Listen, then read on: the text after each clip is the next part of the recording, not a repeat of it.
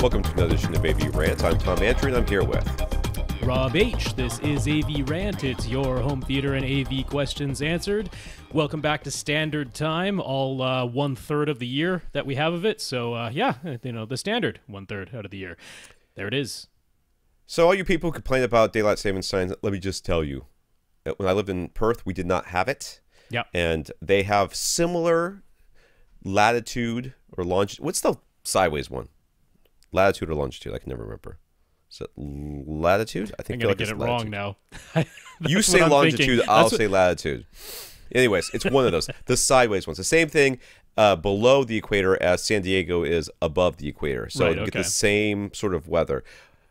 They did not do daylight saving time, and it was so irritating that the kids would get home from school at like 3 o'clock. They had like an hour of daylight before the sun would go down for, you know, a good 3 months out of the year. Daylight savings time, if there's nothing else, it makes it so that when you wake up, it's still a little dark. Instead of, I woke up and I had missed 2 hours of sunlight, and then we spent every night in the dark, you know, starting at like 5 p.m. It was very irritating. So I'm glad. I like daylight savings time. I love fall back. I hate spring forward. I love fall back this week in particular because, or this year in particular, because I didn't remember it was coming. And I woke up, I was like, man, I really feel Extra rested. hour of sleep. Didn't even realize it. So usually when I fall back, I just waste it watching movies, but not this year. Latitude is parallel to the equator, so yeah. I was right. Yeah. We are going to do a quick review this week, but we'll get of some speakers that I got, some wireless. Really? Well, we're going to do it. We got to do it. I promised the manufacturer that I was going to do it last week, and I didn't get it done because they had a problem with one of the speakers, and I asked him about it, and he said he'd check into it and get back to me. And unless I missed his email, he didn't. So we're going to go with it. But before we do that, let's do our intro stuff. So this is AVRant, the podcast that answers your home theater and AV questions. To get your questions answered, all you have to do is ask. You ask by emailing us at question@avrant.com. Come to www.avrant.com. Leave us a comment there. Facebook.com/AVRant podcast. Boy, I have messed up every single one so far. Let's keep it going. After Facebook, we have youtube.com/c/AVRant. If you want to contact us directly, you can hit us up at rob@avrant.com. His Twitter's @FirstReflect. I'm Tom at avrant.com. My Twitter's @avrant_Tom. We also have our producer, Austin. Austin helps put together the question list, right? That's going well? That's going well? Yeah, it's going much more smoothly now that we have, once again, we'll just remind folks, we used to do individual videos for each question. We have stopped doing that now. So if you're looking for those, if you liked those, we apologize that those have gone away, but division of time, what limited time we have, much better spent having Austin help me out putting together the topic list. That's been a big help past 2 weeks. So yes, that's what so Austin, you can hit him up on Twitter at Austin TEN, Austin not TIN, TEN Pond POND. Anyways, he has his own podcast, the We Watch Movies podcast about paraffin wax uses, non-candle or canning related. Melting point. Other things. I'm afraid to listen to this podcast. Point. I don't know what they talk about. I feel like it's just going to go to a very dark place very quickly. So, using it to exfoliate your hands. Yes, I've actually done the paraffin on my feet before one time. Yeah? I think that was done to me. I don't remember it actually doing anything. All right, let's do this review real quick. As many of you know who listen to this podcast, you know, I've been working in the industry for a long time, so I'm on a lot of lists. I am on a lot of lists. So I get lists of like, you know, press releases, blah, blah, blah. Sometimes at the bottom, they'll be like, hey, you know, share this with your readers or listeners or whatever they say. Sometimes they'll be like, if you are interested in a review, you know, let us know.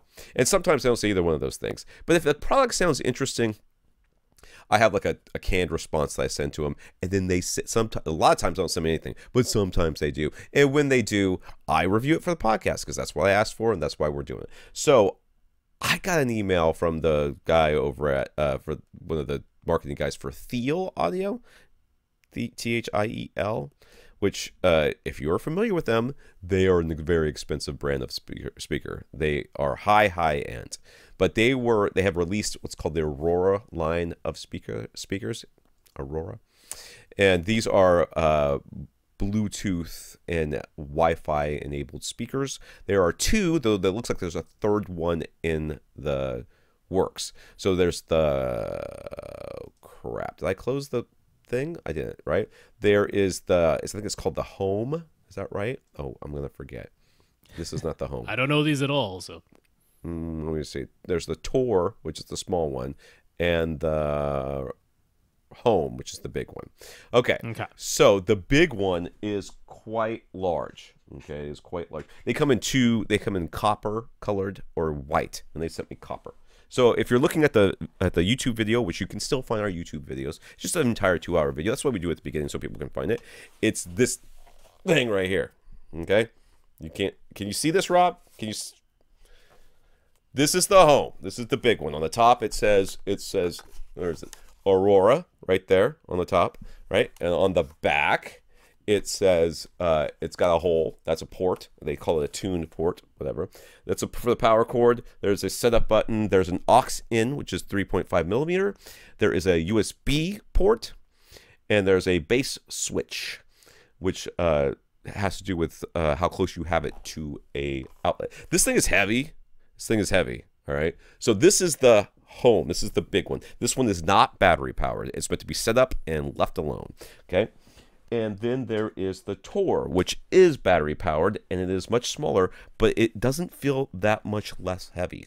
All right. So it's kind of rectangular. It's round with rounded edges. Both of them have the same controls here. There's like power and volume, and maybe, I don't remember. Anyways, both have the same things on the back. They have the 3.5 millimeter. It does, doesn't it? Yes, USB base switch and setup and reset button. Okay, this one is battery powered. Okay, so I actually set them up side by side.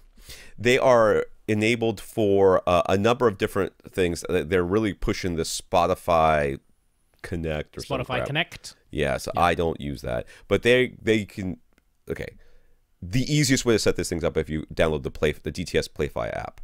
Because once you do that, then the Playfi app will find those speakers in your house and then set them up for Wi-Fi. You give it the password. Now they're connected by Wi-Fi. Everything is fine that way. Or you could just connect them via Bluetooth.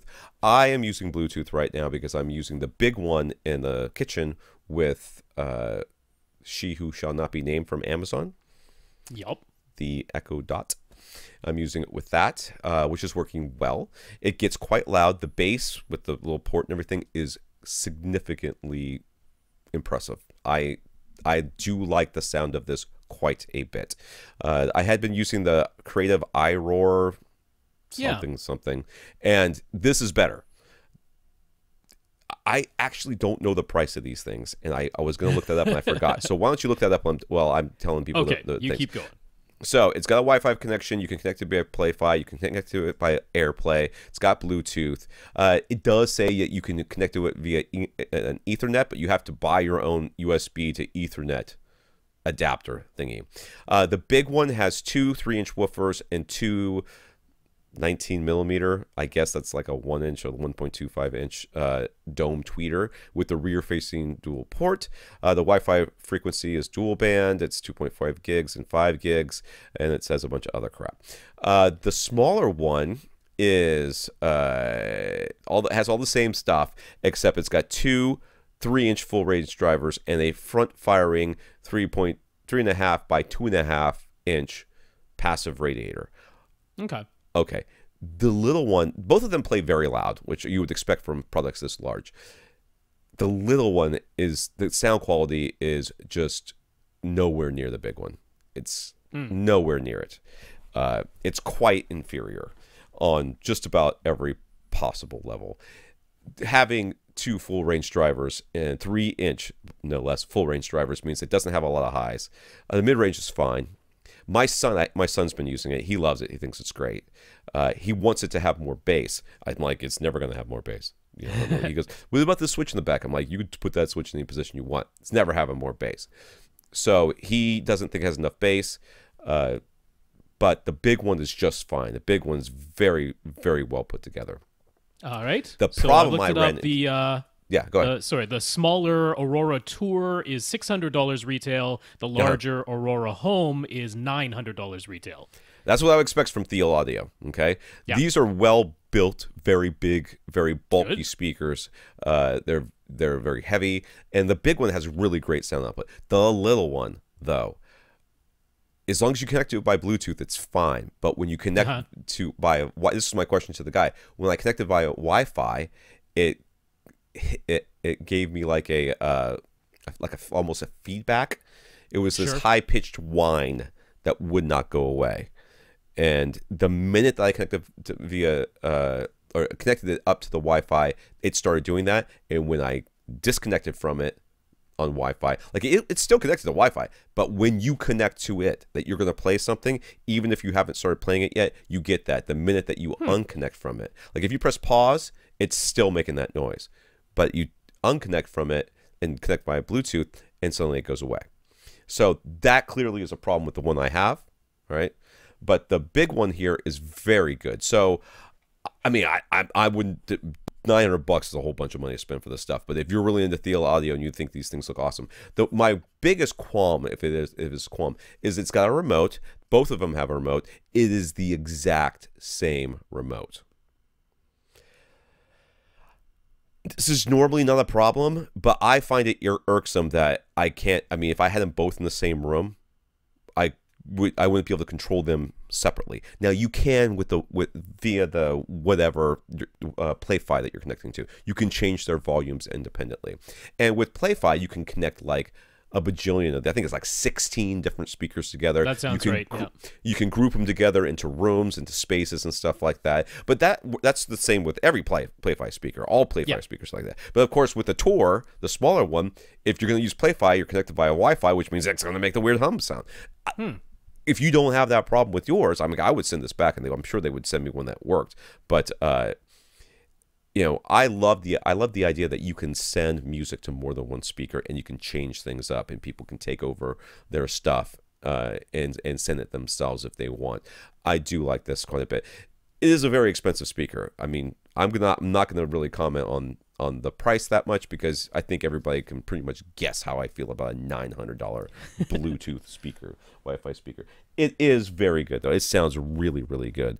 But considering the one I was comparing it to was like $299, maybe it was $299 for that creative one, and I don't think that I thought that price was a reasonable price either. So you can go ahead and extrapolate from that. But if you like Theo Audio, that big one sounds good. The little one I cannot recommend. The big one I can.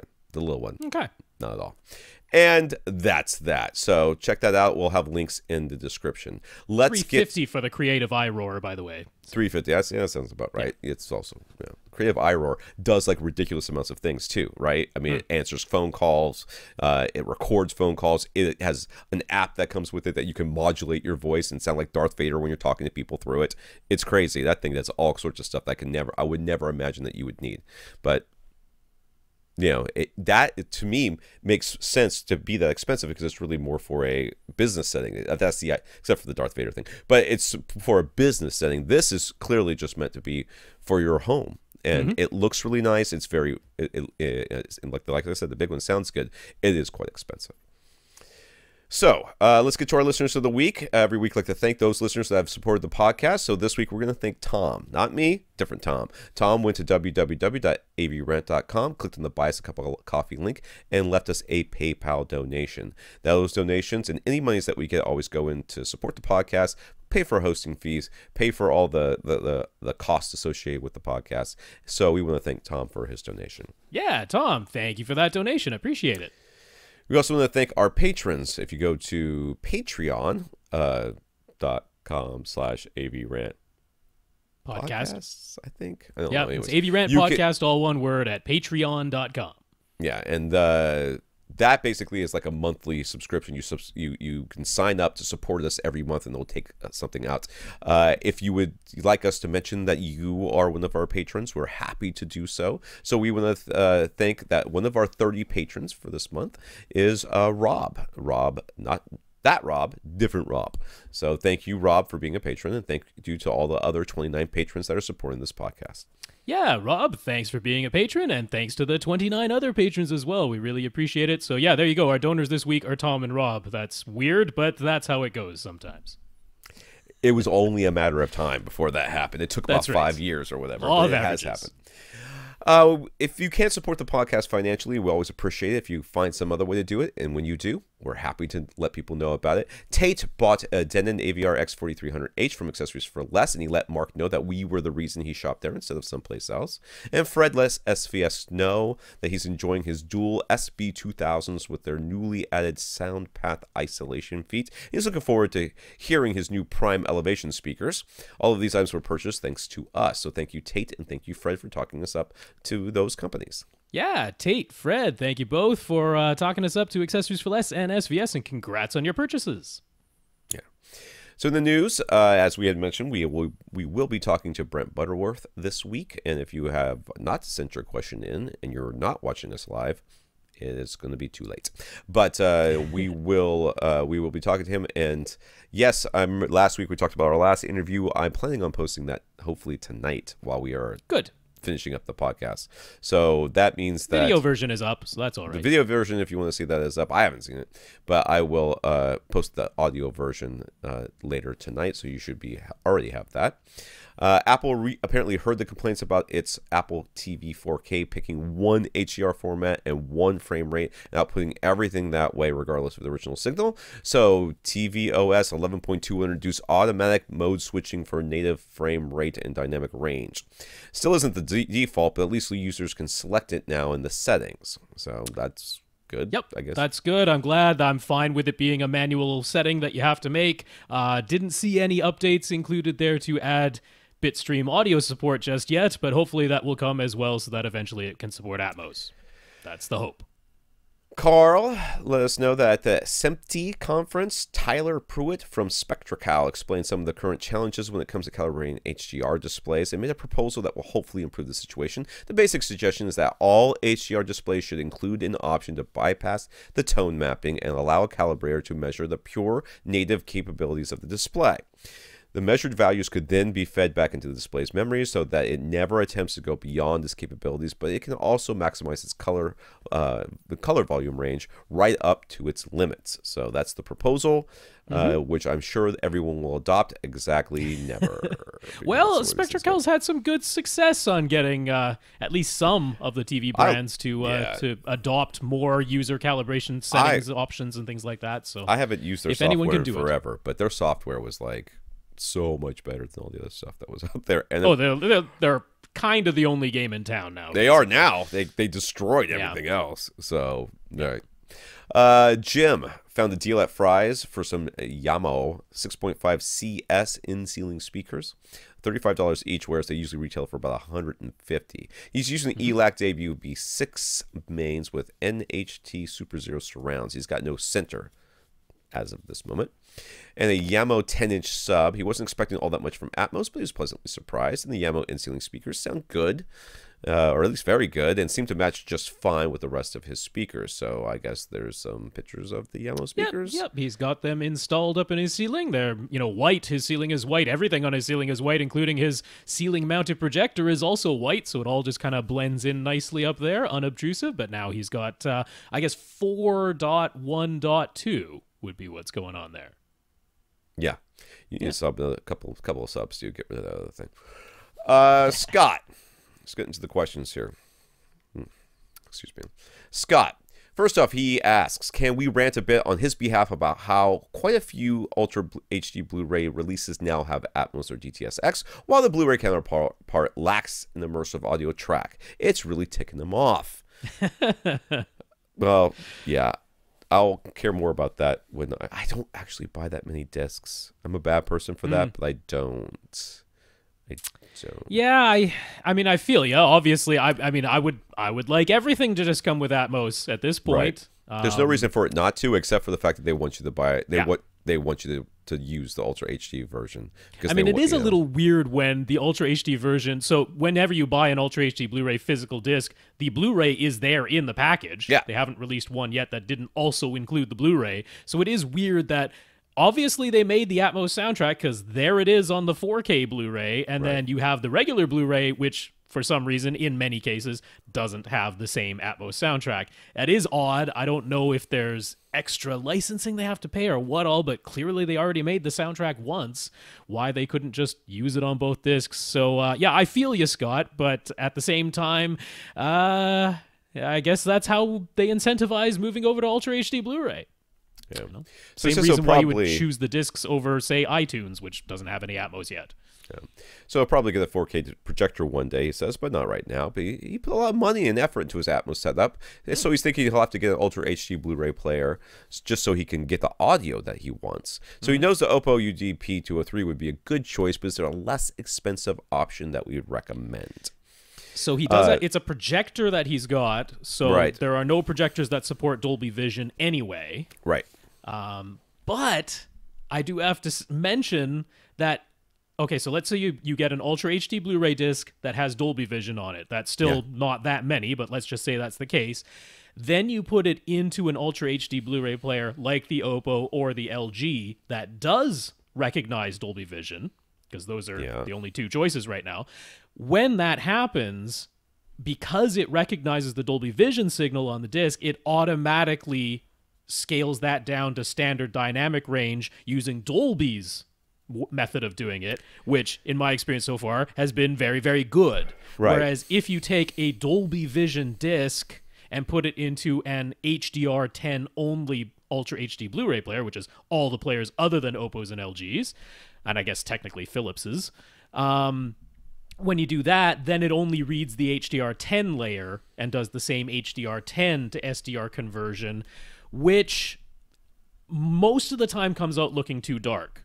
So the answer here is, one, I can make an argument in your case, Scott, for getting the UDP-203, because if it's a Dolby Vision disc, it's going to do that spectacularly well. And if it's an HDR10 disc, as most Ultra HD Blu-rays are, then the UDP-203 gives you the ability to manually adjust the HDR10 to SDR conversion so that it doesn't look too dark. Now, there's another player that does that quite well, the HDR10 to SDR conversion, and that's Sony's. That's their 800 series player. So the Sony would be the other choice that's less expensive than the Oppo, that gives you the ability to manually change the HDR10 to SDR. Is that right? Oh yeah. It's under $300. Yeah, I thought under it was $300. I might be wrong. Yeah. Yeah, it probably got down to there. Certainly on sale, it'll get down to that. Okay. So yeah, that's the less expensive option. But the caveat being that the Sony player doesn't handle Dolby Vision at all, so Dolby Vision discs won't get the benefit of Dolby's HDR to SDR conversion, but you'll still get the manually adjustable HDR10 to SDR conversion that you can make look better than the ones that can't be adjusted. So depends. If you're super duper picky, maybe you can upspend for the Oppo, but otherwise I'd get the Sony. All right, there you go. So he's got a new project. He wants a gaming-focused setup in the kids' playroom. It's a very large room with an open stairwell. He wants everything to be wall-mounted and, if at all possible, to keep the price down. One concern is that he wants to connect a lot of video game consoles, though, at least 7. So, wait, well, are they all HDMI? Because they're probably not, right? There's got to be at least one Wii in there. There's got to be a Wii in there. Well, if it's a Wii U, then that's HDMI. So. Yeah, I bet there's a regular Wii in there. 7 consoles, let's be real. So he's trying to figure out if he should install a full-fledged receiver with that many HDMI inputs and use a pair. Well, I mean, he's suggesting with that there's all HDMI, but use a pair of DefTech Mythos Gem speakers that he already owns. Maybe add a subwoofer later to fill out the low end. Or should he get a soundbar like the Yamaha YAS207 and just use an HDMI switch? I'm going to say that the HDMI switch is going to be a disappointing solution for you.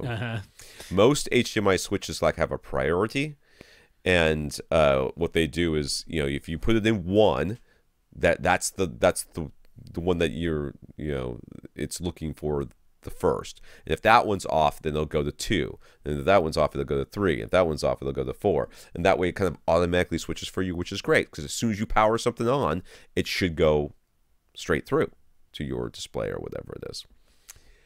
But many game consoles never go off. Like they're always a little bit on. Which tells your Switch, hey, I'm on.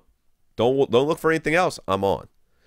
And therein lies the rub. This happens too with cable boxes quite a bit. So a lot of times what you have to do is you have to put your cable box at the very end because it's always on. And then your game console before that, then everything else before it. That'd be like your DVD players or your Ultra HD Blu-ray players, all of this stuff.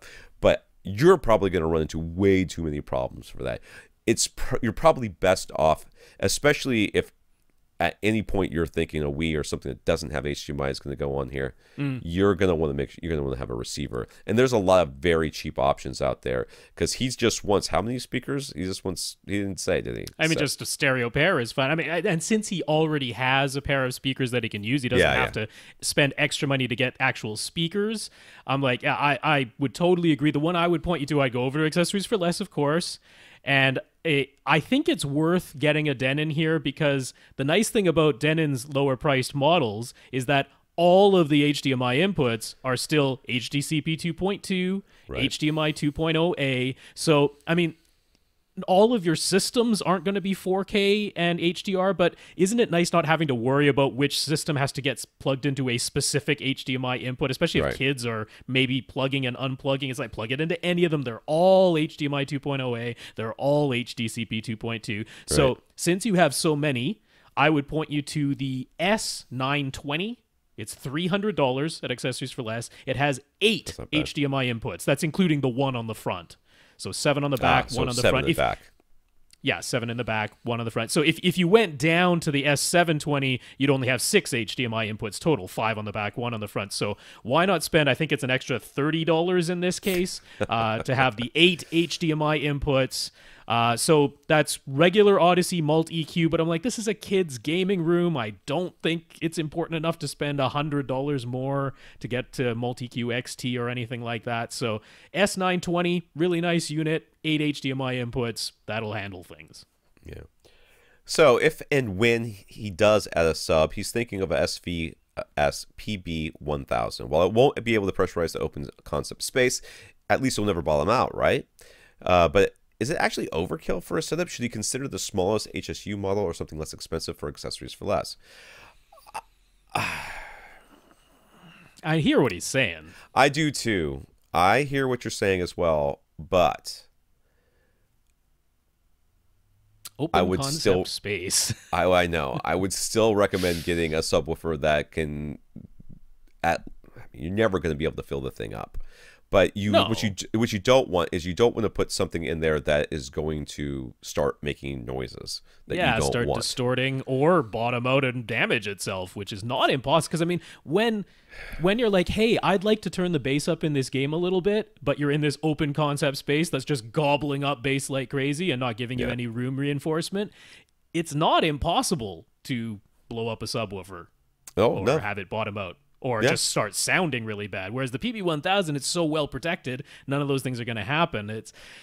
If you're leaning that way and you're okay, I mean, maybe look for a B-stock model, right? Right. Save a little bit of money. Sure. Yeah. Used B-stock. I mean, keep your eyes open on Craigslist and Audio Gone for older SVS subs because they're good too. So you might find yourself getting a deal. If you've got some time and you're not thinking of doing it right now, that's not a bad idea. Plus, Christmas coming up. They might have Black Friday sale or something. Or Thanksgiving. So keep your eyes open for that.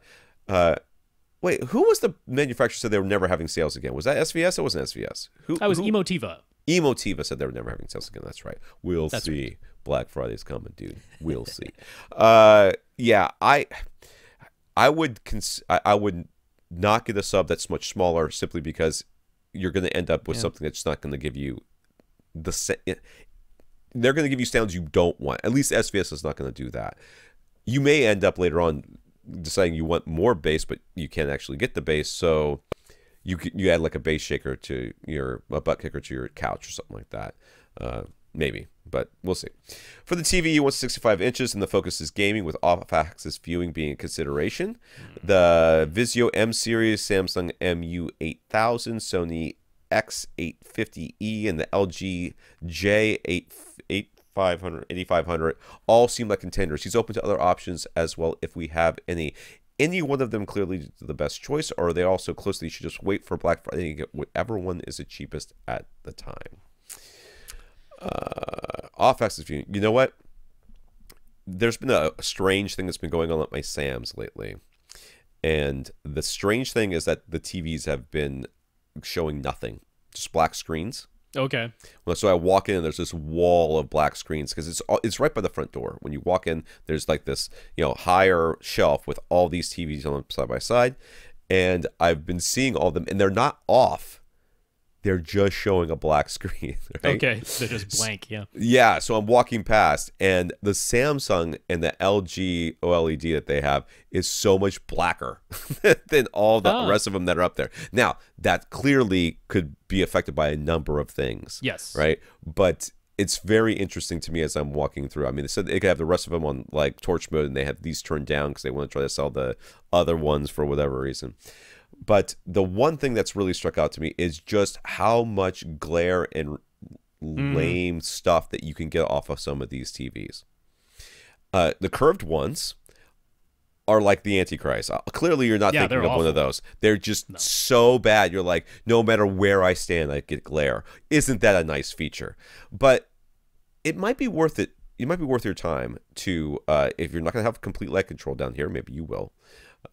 But even if you do, you're going to have kids playing games and stuff, and they're going to be turning lights on who knows what. You might want to consider taking a look at some of these TVs. Just turn them off and then see how much glare you get off of them, too. I mean, honestly, I'm probably just going to point you to the Vizio M series. Yeah. Because low input lag, it's the only one here with Dolby Vision support, if that becomes a thing. I mean, the gaming setup, so maybe not, but Xbox might get it at some point. But, I mean, nice out of these ones, nice and bright for HDR, and HDR gaming is definitely a thing. So I'd probably just point you to that. The MU8000, like you were saying, nice black levels when it's completely off, but really narrow viewing angles. Like, that's one of the ways they got the contrast looking better is by you move like 3 inches off center and it completely changes. So you want a wide angle. LG is the best that way in their LCDs because they use IPS panels. But how gray do you want your blacks to be? Because, man, are they some gray blacks on those things. And they have the worst cloudiness backlights. Like, I can't stand looking at them. I love LG's OLEDs. I can't stand any of their LCDs because when the image goes dark, not black, but just dark, it's like, wow, is that an uneven backlight? I can't tolerate it. Maybe for gaming it'd be okay, but I can't get there. Sony, if I was going to get a Sony, I'd get the X900E, but that's a lot more money. The 850 is edge lit. It's pretty good. Pretty nice TV, but I'd get the 900 if I were going to spring for a Sony. So that brings me back to the Vizio. I'm like, it's affordable. It's nice and bright. HDR, Dolby Vision, low input lag. The one caveat is that the Vizio M series, only one of its HDMI inputs is the full 18 gigabits. Only one out of the 4. But you're going to have this Denon that's got 8 HDMI that you can switch between. Yeah. So should still be okay. Yeah. That's my thought. Jim's audio system is a state of flux and his subwoofer is not connected, so he's using his ELAC B6 mains set to full range and a pair of NHT Super Zeros that are set to small as surrounds. He ran Odyssey with this as 4.0 setup and things were fine. Later he read some articles about people trying Odyssey's left-right bypass option. He tried it out figuring it would put the mains back to the pre-Odyssey non-equalized condition while preserving the Odyssey EQ in the surround speakers, but what happened was very strange. As he cycled through the Odyssey options, off, reference, flat, L, left-right bypass, in left-right bypass, the main suddenly had a very raised low end. It's not just lack of EQ, as they didn't have this sound when the Odyssey offsetting. So in the idea, what's happening? I should have looked this up, but I didn't. So, well, as it turns out, Jim actually emailed us very shortly before the podcast, and he figured it out for himself. So first of all, he sent in a graph, and we're seeing, so in this graph, if you're looking at it on YouTube, the blue trace is, this is measuring it in Room EQ Wizard, so separate from Odyssey's measurements. He's independently verifying. So the blue trace was just Odyssey completely turned off, and it's a pretty squiggly line going on with some raised up bass a bit. That's due to room gain. explain. Now, if he went to the Odyssey reference target, which is what Odyssey would normally target things to, it's the red trace where the base appears to be nicely evened out. It's really quite flat down there in the base instead of jagged looking, and it's also boosted some other frequencies higher up to sort of even out the overall level. There used to be much more of a high frequency roll off. So overall, it's a flatter line with Odyssey reference. Now, the green trace shows Odyssey's left-right bypass setting. Now, to be clear here, what it's doing is it's measuring the front, left, right speakers and then using whatever response it gets back as its new target and attempts to make all the other speakers in your system, in this case your surrounds, have a response that looks like the front, left, right speakers when the front, left, right speakers aren't being EQ'd at all. So he's got this confusing rise in the bass of this when he's using the front, left, right bypass. He's like, if it's just supposed to measure what the front, left, right do and then try to make all my other speakers sound like them, why is it boosting the bass? Well, he actually discovered he had Odyssey Dynamic EQ turned on. And what Dynamic EQ does is when you have the master volume set anywhere lower than 0 dB on the volume dial, it boosts up the bass to keep it audible. So that was actually what happened there. He's like, he turned Dynamic EQ off, and now the measurement came back looking exactly like the blue trace, as though Odyssey were not turned on at all. So he essentially answers his own question there, but good to clarify what that left-right bypass does. I don't know why you'd want to use it. Look at that Odyssey reference target. Yeah. It's much flatter. So That's much the one better. You want. And actually, what we didn't see here was what does the Odyssey flat setting look like? Right. That's the one I tend to use, but I'm in a very small and well-damped room, which is exactly the situation when Odyssey flat makes the most sense. If you're in a larger, more reverberant space, the Odyssey reference target makes more sense. But that would be one other to try. But don't use the left-right bypass. That's a silly thing. I'm sure somebody thought it was a good idea, and they were wrong. Audiophiles who are like, I bought these speakers, and I don't want you changing the sound. Make everything else sound like them. That's a weird idea, but okay. Why are you an audiophile even having an Odyssey? Stop it. Go buy your crystals and your little cones and place them around your room with your amazing little clock thing. Yep. If you don't know if every word that just came out of my mouth sounded like gibberish to you, you are a lucky person who listened to that, because you have not had to read through the absolute garbage that some of these websites sell as audio tuning devices.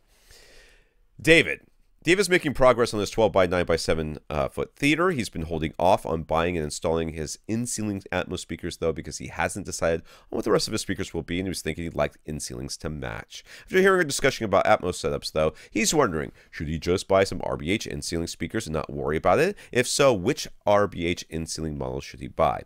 The answer is yes, you should definitely do that. I would trust RBH to match nearly anything in most situations, but Atmos in particular, surround back speakers, you're not even facing these things, dude. You know what I mean? Yeah. Your ears aren't even in the direction. They do not have to match that closely, but RBH has a very neutral sound.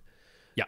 Is very good speaker. Now, the caveat would be, I'm thinking about getting Golden Ear Tritons, or I'm thinking of getting Martin Logans, or I'm thinking of getting B&Ws. I'm like, okay, well, wait, hold on there. Yeah. B&Ws I'm still okay with. But the rest of them, the other ones, I would be like, okay, let's discuss this. But if you're thinking of getting regular old speakers, meaning most of them that are out there that are trying to have a frequency of the response that makes sense and isn't some sort of weird target curve they came up with that they think sounds the best, then I would absolutely 100% get behind this plan. Yeah, we can go back to Jim's comment from earlier. Yeah. ELAC front speakers that he has, NHT Super Zero surrounds that he has, both of which are aiming for pretty neutral. He picked up some Yamo speakers, sight unheard, and works fine for Atmos. He's actually more impressed than he expected to be. The same would be true of RBH and ceiling speakers. They're just not going to steer you wrong as long as the rest of your speakers are anything resembling neutral. Very safe bet. I would point you in particular to their A600, which is their most basic 6.5-inch model that they sell. You don't need anything fancier than that. That's one of their least expensive in their architectural series, A600. If for some reason your dealer doesn't have those in stock and they only carry the Visage series, which is kind of common, a lot of places only carry that series, then it would be the VA607, which is essentially the equivalent of the A600, except with the Visage series, smaller trim. It has less of a frame, less of a bezel. Yeah. But either of those will do you just fine for just about any setup. So for the rest of his speakers, he has a lot of contenders, but he's unsure how to audition them all. He found 3 local dealers that can get RBH speakers for him, but none of them had any in stock for him to audition. Sorry, not auction. That's not uncommon, unfortunately. RBH dealers. Yeah. There's a lot of RBH dealers that are RBH dealers because they wanted to buy RBH speakers and they didn't have a dealer, so they're like, "I'll be a dealer. Gotta buy some speakers now, please. Thank you." I found that was the case with ATI amps, too. Yeah. Tons of places sell ATI amps. None of them have them in stock. They order them. Yeah. So he found a website called newaudiovideo.com that seems to carry just about every brand we talk about. Should he use them to buy various pairs of speakers, audition them, and return them? They say they give full credit on returns if you use that credit for a different purchase. I am very wary of what I just read out loud. RBH is dealer only. Usually, especially with their RBH and signature lines, they are going to be okay with anything like this going on. Meaning that if this is not an authorized reseller of these products, I would not trust a word they say. And this website may be. I mean, you'll have to do the research to know for sure. Maybe Rob's already done it. I haven't. But I read that, I was like, ooh, because if they're not an authorized dealer and you have a problem, RBH is going to be like, I am sorry. If we cannot, we will honor, and we've seen them do this on this podcast over. Somebody has a problem with the tweeter, they replace the whole speaker. Or they replace both tweeters or all the tweeters in their system so all of them match again. They will do stuff like that if you bought them in the correct way. And it's not that hard. Yeah. So I would, and plus, full credit on returns if you use that credit for a different purchase. What? That's not good. What if you decide that you don't want any of those speakers there? Or what if you decide that you want a cheaper speaker? What, you got credit you're never going to use? Nah, man, that's shady. New Audio Video is one of the many names under which Audiophile Liquidator operates. And Audiophile Liquidator is probably the largest gray market seller, so everything looks like it's coming at a great discount. When you get stuff, a lot of times the serial number's scratched off. A lot of times the box has been opened before. Right. They're shady. People have had good dealings with them on occasion because, they got one of the good trucks that got stuff ripped off of it. That's not a place I would be investing in. I know it looks attractive, but there's sometimes it's one of those too good to be true things. I cannot, in good faith, recommend that you shop there. That's not the way to do things. I'm sorry, but otherwise it would be nice. one thing you can do though is you can contact RBH and find out if there are any people in the that they know of that have bought their speakers, or even the dealer should be able to tell you that and say, listen, I want to audition some of these speakers, but I want to hear them. Now, I'm very comfortable saying that if you buy RBH speakers, literally you will be happy. You will not go, oh, that Tom guy, he's a jerk. He led me down the primrose path, and now I've got these lemons. That is not going to happen. But I don't blame you for wanting to hear them first. So talk to your dealer, talk to RBH, see if you can figure something out, because they have. This is not. It's not like you invented this problem. They're going to have some solutions for you. So he says Dolby Atmos's setup guides say to put the top rear speakers at about 45 to 55 degree elevation. He used a laser level and came out with a range of about 4.5 to 6 feet in front or behind his speakers. Does that sound correct? Now, behind his seat, in front of behind his seat. In front of behind his seat. What did I say?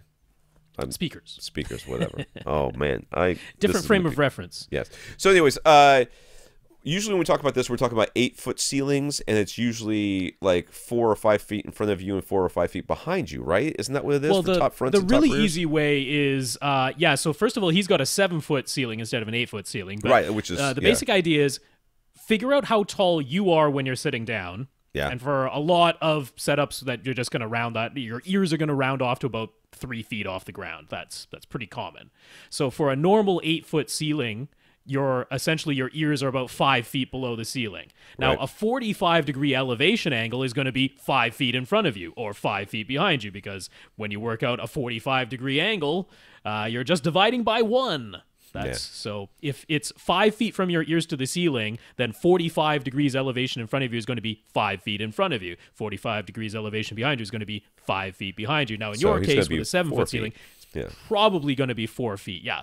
So the 4 feet totally makes sense. That completely makes sense. Now, the other side of it, though, saying that it's going to be, he figured out between 4 to 6 feet in front of him. It's actually the other way, because what you do is you look straight ahead of you, and that is 0 degrees. Right. And then you start going up, up, up, up, up from there. So 45 degrees is going to be, in your case, probably 4 feet in front of you. Then 55 degrees is going to be closer to you than that, not farther away. So it works out to actually being 2.8 to 4 feet in front of you, assuming that your ears are about 3 feet off the ground and your ceiling, in this case, is 7 feet high. So yeah, just keep in mind that the angle goes up from 0 degrees straight ahead of you being the reference point. So 55 degrees is actually closer to you than the 45-degree mark. So he says he'll be sitting about 11 feet from his front speakers, about 13 feet from his screen. Will bookshelf front speakers be able to play loud enough for him? Well, it really kind of depends on which ones you buy. You know, some of them will, and some of them most won't. Likely, yes. Because I mean, 12 feet is about... Anything under 12 feet is like the rule of thumb. You know, if you're around 12 feet or less, most speakers should be fine. But there is the possibility that you're going to have a weak amplifier with a power-hungry speaker, and then right. But that's unlikely in your case. Yeah, like this isn't a case where I would say, oh, you clearly don't want to consider bookshelf speakers for this. It's like, no, you can definitely consider the vast majority of bookshelf speakers for this seating distance. Now, we skipped over one there, which is the spread between his front, left, right speakers and comparing that to Atmos. Where is that? D. I already said that one. Oh, maybe I did. No, we didn't do that. Anyway, it says front, left, right speakers are going to end up very close to his sidewalls because of his screen size. So should he still keep the overhead speakers in line with them, or would it be better to have them overhead, have the overhead speakers closer together? If so, how much? Yeah, you don't want to, like we've discussed this before, it's okay to cheat them in. Yes. It's okay to cheat them in. So you want them about, I would say about, I mean, if they're going to be 4 feet in front of you, they could be, you know, 4 feet to your sides, right? About like that. So 8 feet apart total? Yeah. Maybe a little bit more. Yeah, that would make sense. I mean, if you adhered strictly to Dolby's guidelines, in your case saying that you're going to be about 11 feet away from these front speakers, if you went for a 45-degree spread between, like, this is a hypothetical, right. But if you had gone for a 45-degree spread between your front left and your front right, from 11 feet away, that would put them 9 feet apart. Okay. So 9 feet apart in this instance is sort of where Dolby would have you place them. But I mean, we like we've been talking about, sorry, I'm forgetting that fellow's name who went to the hassle of actually moving his overhead speakers because they weren't sounding overhead enough. And he actually got them like about 6 feet apart, which is narrower than usual, but that was the effect he wanted. Now it really sounds like they're overhead. I'm totally fine with definitely, like, for sure, I wouldn't have them. What is his room? He said 12 feet wide. I would not have them 12 feet apart. That is too wide apart. Yeah. I'm in agreement with Tom. Right around 8 feet apart. That's about right. Yeah. So he's considering Focal, Kef, Martin Logan, Motion, Monitor Audio, Paradigm, RBH, and Ascend Acoustics. So is there any other speakers that he should have on his list? I think so. Yeah, we can always come up with more. Martin Logan Motion, those are the ones with the regular tweeters? It's the folded ribbon tweeter. One, they're not electrostatic speakers. Okay. So earlier I said if you're going to have Martin Logan, you might want to reconsider the RBH. The RBHs will be fine with those. You don't have my speakers on there. You don't have Appearing Audio. So you should consider those because, you know, my ego has to be assuaged. Well, not only that, but AVRant free two-way shipping. So you were talking about having difficulty auditioning. Right. AVRant pays the shipping to you, and if you return them, they pay the shipping back. Same for SVS. I mean, out of the ones that he was mentioning, the SVS Ultra Series would be right in line price-wise, and SVS pays the shipping to you and the shipping back. So there's no reason to not audition AVRant's and SVS's speakers. I would absolutely put them on your audition list. I mean, there's so many I would also add there. NHT. Right. Oh yeah. NHT. Yeah. Because the C series, their highest end series that they sell, really nice speakers, and they're in this price class as well. So, you got lots of good options. But I mean, if you just want to try something that's completely risk free, start with AVRant and SVS. One of those might float your boat right off the bat, and you're like, I don't need to hear anything else. Yeah. And then absolutely do not go and hear anything else. Right. Okay. If you decide like, oh, these are great, these are speakers, I'm gonna do not listen to any more speakers for like at least 3 or 4 months, at least. Okay, because that will be bad. Tony uses a Harmony Hub, which can accept Amazon voice commands. Can? I didn't realize that. It sure can. I didn't realize that. Directly now. You don't have to do the she who shall not be named, ask my Harmony to what. No, it's just direct. It's just the trigger word name, watch TV, and off you go. So it goes straight to the hub, though? You don't have to have the dot or whatever? You have to have the dot. Oh, well, yeah, you have to have the dot. Okay. An echo All right, device, I was just reading. I thought that maybe the Harmony Hub had a microphone on it I wasn't aware of. Oh, no, you still... So he'd like to be able to use this setup to turn his amplifier on and off, but it doesn't have any sort of remote control. So could he use a smart switch outlet, or is there another way? When he asked this question, Rob suggested using a 12-volt trigger, but this particular amplifier doesn't have a 12-volt trigger input. So without that option, what should he do? Well, we were just talking to the Surge X guy, right? Yes. And the Surge X guy, there's a lot of these surge protectors these days that are IP controlled. And you can turn outlets on and off. There's that. Which means that there should be some way for you to connect your device to your whatever it's called. What is he trying to turn on? His amplifier on, plug it into that, and then have that be one of the switched outlets that you can use your Harmony or whatever it is to do somehow magically. Yeah, if you got the IP control ones, it starts getting a little bit spendy. So, but that's not the only one. I was just saying we talked to him about this. I mean, there's many different manufacturers out there that make these things that have switched outlets that are controllable via with the remote, like an IR remote. So there's no reason why it shouldn't work. So we should directly address the let's say you get a Z-Wave outlet, right? It's one of the ones you replace the outlet in your wall, or you plug into on top of the existing outlet, and that connects to your Wi-Fi network, and that gives you an outlet that you can turn on and off with Wi-Fi control. Would we plug a high-powered amplifier into one of those? And it's a little bit iffy to me. I would say no. I'm not super comfortable doing that with those, because those were kind of meant for like lamps. I'm a little bit iffy on connecting a really high-powered amp to that. Yeah, I agree with that. The solution that I'm familiar with that I know that works is if you get a power conditioner or surge protector that has master and slave outlets. Sure. Because then, so what you would do in that case is, let's say, I doubt you're ever going to turn on your audio amplifier without turning on your AV receiver or pre-pro, whatever it is you're using to actually control and send the signal to your amplifier. So what you would do is you plug your AV receiver into the master outlet, and then you plug your amplifier into the slave outlet. And when the AV receiver turns on, that sends a signal within that surge protector or power conditioner to turn on the slave outlet. Right. So as long as you can use She Who Shall Not Be Named to turn on your AV receiver, then that will activate the master outlet, turn on the slave outlet, and now your amplifier powers up. I know APC's J35 does that, and one of the two high current full 15 amp outlets is a slave outlet on that unit.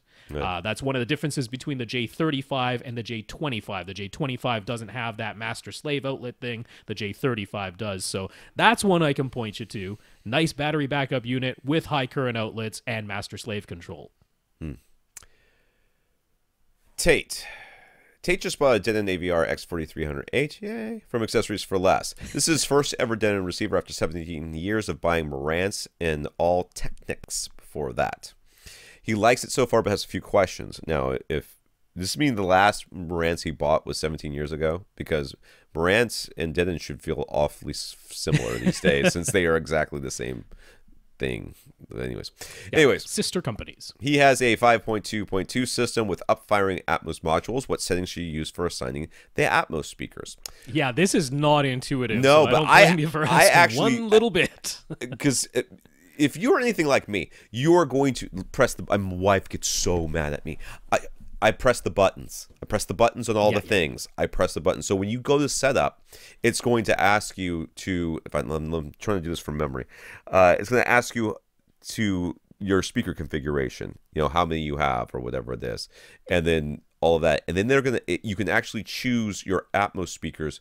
You choose if they're up firing, or they call them Atmos enabled speakers, or ceiling speakers, or whatever they are, or just regular speakers. So it gives you the option there. So you have to tell it you have 9 speakers, and then then they'll ask you you can then tell it what those speakers are, and you have to tell them it's Atmos enabled. Am I right? I feel like I'm right. Yeah, pretty much. If you're doing those setup wizard, which is not a bad way to do this, you actually want the amplifier assign in this case to be 9.1, which in the case of the X4300H is the default. Yeah. So if you have to, you can just do a full factory reset, start from scratch, and know that 9.1 is the default anyway for the amplifier sign. There is 9 amps built in. This is saying, I'm going to use all 9 amps in my main theater, even though you're doing 5.2.2 and not 5.2.4 or 7.2.2, you still say, I got a 9.1 setup. Then it's going to say, how many floor level speakers do you have? And in your case, you have 5, right? You can also do 5 plus surround backs, which would be your traditional 7, but you don't have surround backs, so you got 5. Then it's going to ask you how many height speakers you have, and this is where it's super confusing because you have to answer, I don't have any. Even though you are setting up a 5.2.2 system, you have to tell it you don't have any height speakers, because then it will ask you, oh, you don't have any height speakers? How many Dolby-enabled speakers do you have? And that's where you get to say, I have 2 of those. I have the up-firing modules. So that's the trick, is telling it that you have no height speakers. Then it asks you how many Dolby speakers you have. So if you need to know nothing else about me and why my wife gets so aggravated with me, I stumbled across that as I was setting up my receiver, okay? Yeah. I stumbled across a thing that required me to tell it that I had no height speakers. Yep. When I clearly have height speakers. That's right, yes. So, that's not a fantastic user interface, but that's the answer to your question. So his old Marantz had dedicated buttons on the remote to toggle things like Odyssey Dynamic EQ and Odyssey Volume, which was very helpful as he's visually impaired. The Denon remote doesn't have these buttons, and accessing those options via the menus is cumbersome. Is there a way to reassign buttons on the remote, such as the 4 quick select buttons, to control these functions? I do not know, because I use a Harmony remote, and guess what, dude? On the Harmony remote, there is a button for this. You can assign it. You can assign that function to the unused buttons when you are doing whatever the thing is that you're doing. So when you scroll through the menu on the Harmony remote, you'll see that there is a dynamic EQ, and I don't remember seeing the volume one, but it's dynamic probably volume? there. Yeah, I don't remember seeing there. it. That's why I'm saying I'm sure it's there, but I don't remember seeing it. But I did see the dynamic EQ one. Yeah, a Harmony remote was going to be my suggestion too, for that same reason. The 4 quick select buttons that are there, the answer is you could kind of make it do this, but basically only for one input. And he was saying he doesn't really want to use the quick select buttons to change inputs. He just wants it to be like quick select 1 means dynamic EQ and dynamic volume are both on. Quick select 2 means they're both off. Quick select 3 means dynamic EQ is on, but dynamic volume is off, or some such like that. But he wanted that to apply across any input. Unfortunately, the quick select buttons on the Denon remote, you can almost think of them as like So you set everything the way you want it. You've got the input that you want, you've got all your channel levels set where you want them to be, and you've got all of your Odyssey settings, all of the various things that Odyssey can do, set the way you want it. You press and hold quick select 1, and it memorizes all of that, including the input that you're on. Then you change it to whatever you want setting 2 to be, whether that's the same input with different Odyssey settings or a different input with whatever it is. Press and hold quick select 2, and now it saves all of that, but including the input that you're on. And there's no way to... Yeah, if you only had one input that you really cared about, right, you could set the first one to be dynamic, everything the same except for dynamic UQ on, everything the same except dynamic UQ off, everything the same except dynamic, whatever the volume was called, and on and then off again. So you have your 4 buttons. I'm pretty sure he wants to be able to easily turn on and off the various Odyssey things on any input that he's using. I'm pretty sure that's what he wants to do. Can't really do it with the included remote. Can do it with a Harmony remote. So that's going to be our suggestion there. Yeah. So about the sound quality, the Denon sounds clearer with good stereo separation, and after running Odyssey, the bass seems tighter and less boomy. However, the overall sound feels a little sterile, he says. That's in quotes. Although he could just be imagining it. He remembers that Rob switched from a Denon to a Marantz a while back. Why did Rob opt to switch brands? And could Rob hear an overall difference in sound quality? I am going to tell you that, especially if he's been using dynamic EQ and all this stuff, these have been basically their sister companies, and they're sharing a lot of the same technology and or components. So I would be very surprised if there was a quantifiable sound difference between a Denon and a Marantz of similar power output. Plus there's a lot of variables here. Why did I go from a Denon to Marantz? Well, I had an X5200, but I wanted to have DTS-X, and the X5200 wasn't going to get a DTS-X update. So I was actually intending to get a Denon X7200W and then do the upgrade to make it a WA, because the W doesn't have HDCP 2.2, but the WA does. That was initially my plan. I was in process of doing that, but Gibbies, who I was buying it through in Canada, they couldn't get any of the B stock of the X7200Ws, so I said, what kind of deal can you make me on a Marantz SR7010, since the features are virtually identical? And they gave me a good deal on it, so that's why I got that. So it had nothing to do with sound quality or brand loyalty or anything like that. I had a set of features I wanted at a price. That's the real question. Absolutely not. Yeah, I didn't think so. No, all right. Like I said, going all the way back to my original Kenwood receiver and going to a Yamaha, and from a Yamaha to a Denon and a Denon to a Marantz and all that, I've never heard a difference that I can attribute to being part of the brand or anything like that. There's far too many other variables going on with all the tuning that you can do. So my answer is no. Sorry, didn't hear any kind of difference like that. Yeah. Rob. This is Rob W. First up, is this the same Rob that did the sound panels? I am not 100% sure. Okay. I don't know. If it is, I just referenced that article when I was making my own. So thank you. Yes. Rob says, if Dolby really wanted Dolby Vision to be ubiquitous, I knew I was going to stumble over this word. Ubiquitous. I know how to say it. Do you now? I do.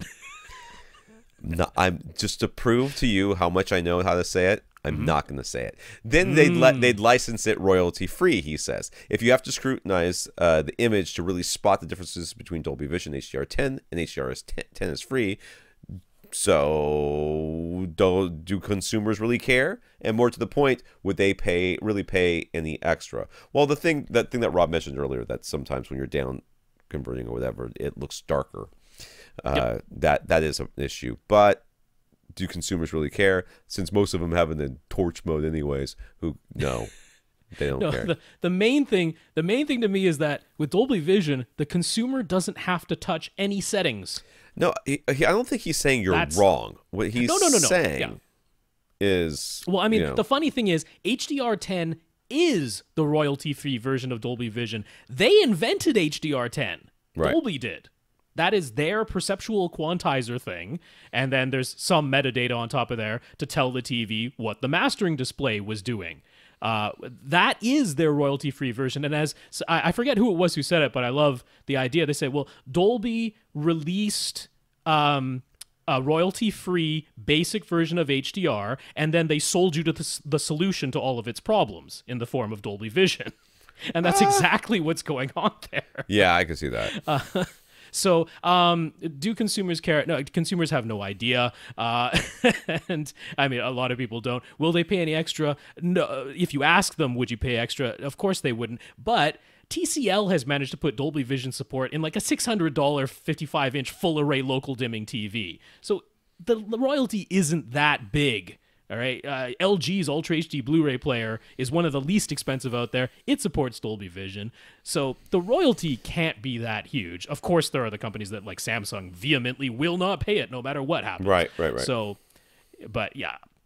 Anyway, that's that. I wish it were all Dolby Vision. So Rob is looking at, not you, but the other Rob, yes, who's Rob asking these questions, is looking at receivers to replace his Den 2310 Ci. That's an older one. And he needs a minimum of 5.2.4, and he's wired for 2 surround back speakers in case his pool room / theater ever turns into just a theater.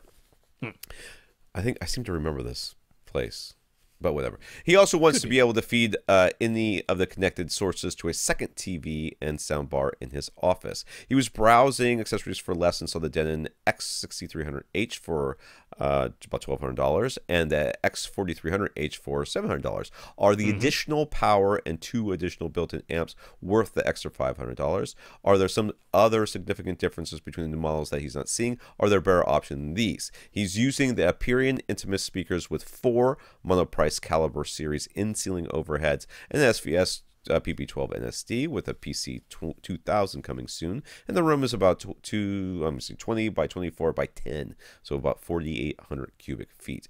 I feel like he could get away with the X4300H here. I don't see why. Absolutely.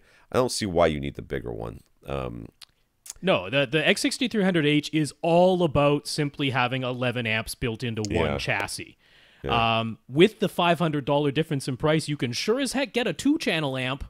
For like $100 if you like pretty easily, brand new. Oh yes, $120. You have a 2-channel amplifier that would be just fine. So for Dolby overheads or surround backs or something. There is one other feature difference, which is if you're the person, the one person in this world who wants to do Oro 3D.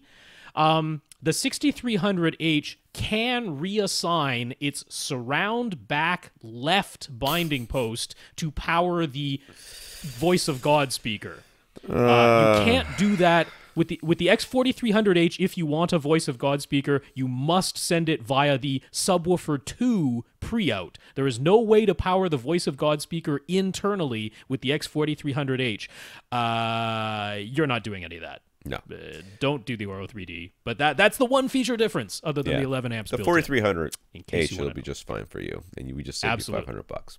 So he's got 4 zones, each with 2 6-inch mono-price caliber in-ceiling speakers. I guess he's going to take our advice, and he's going to get the Dayton Audio multi-zone amp. Parts Express has a refurb MA1240A for $275, which is down from $500. Will this be sufficient, or does he need the MA1260? So the 1240 is going to be 12 channels, 40 watts each? That's correct. The other one would be 12 channels, 60 watts each.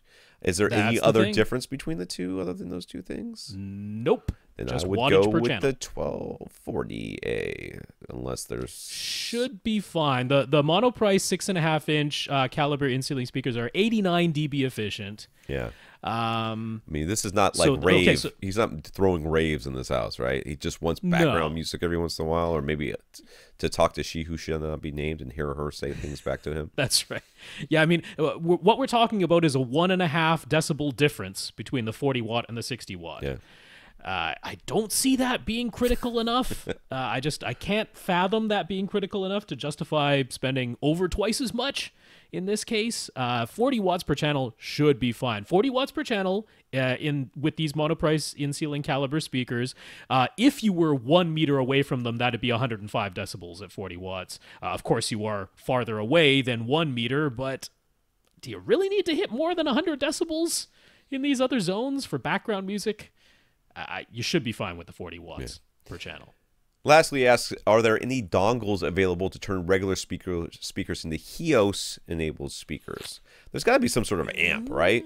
I mean, there's got to be some sort of like HEOS amp that will power the speakers. So, I mean, that's not a dongle. But dongle makes me think he's got speakers that have their own amps.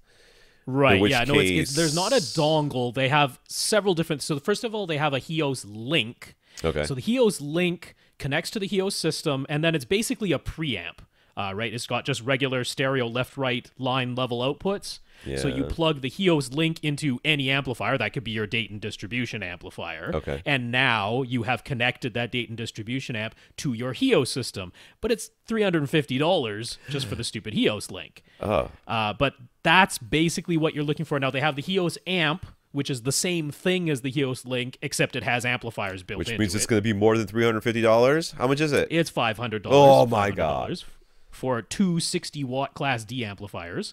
And then they do have the big old HEOS drive, which is the HEOS amp, except with, I think it's 8 amplifiers all built in, but it jumps up to a whopping $2,500. So no, does it make you breakfast in the morning as well? Because for that money, I expect breakfast in the morning.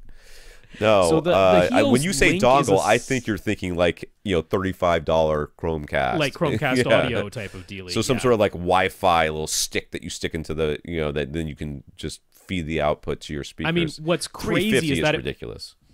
It would actually be well, I guess not, because I don't know. I mean, some of the newest Denon AV receivers at the lowest end still have HEOS built in. I think some of the newest ones. Yeah, you'd have to check, but some of those might be less expensive than the HEOS link, and it's a whole 5.1 or 7.1 AV receiver at that point. I know, but I mean, the thing that you're looking for is the HEOS link. It's just ridiculously overpriced, in my opinion. But that's the thing that you're looking for. Jack needs a 55-inch TV for the bedroom. He'll be watching mostly network TV and some Netflix, viewing distance about 11 feet. Mm-hmm. Vizio and TCL seem like great values, but are more expensive brands better enough to make them worth extra cost? The most better he could go without something would be something like the LG B7. Is that OLED? That's the OLED. Yeah. That's $1,700. But he'd rather not spend that much unless it's really necessary. There's also no hurry, so we can wait for holiday deals to get that price if we think he should. We've already talked about this numerous times.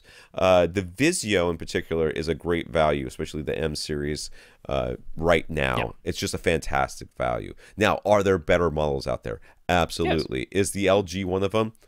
Pretty much, but the OLED is clearly a better looking television. You are paying a lot more for it. Right, you're going to be paying a significant increase. So how much do you care, and how because when I think of bedrooms, I think of watching like the news or late night talk shows before falling asleep.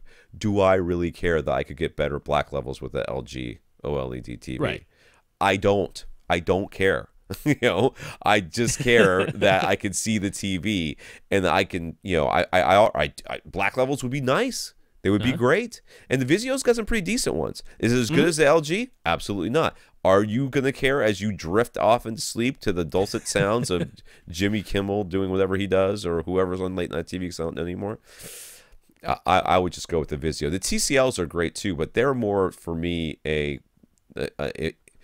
I want to watch a whole bunch of. I wanted to use. I have a bunch of apps, and I want it to be all built into the TV, and I don't want to have to think about it. Yeah, because they got Roku built into that TCL. P607 would be the one you'd be looking at. Yeah, so I think I'd be leaning towards the Vizio myself if I were in your shoes.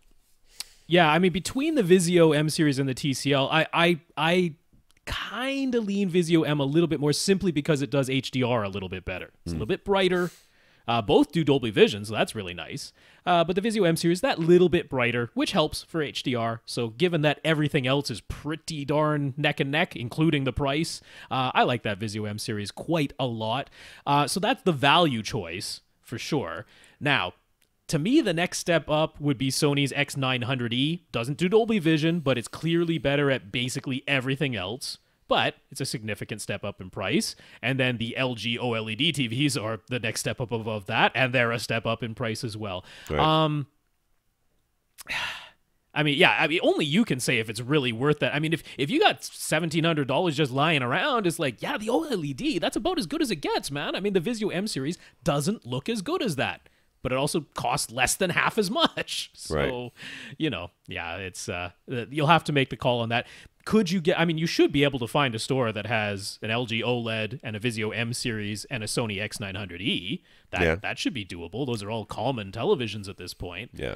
Not that the store demo is totally going to tell you, but it's hard to justify if it's like, bedroom TV where you're drifting off to sleep to. Right.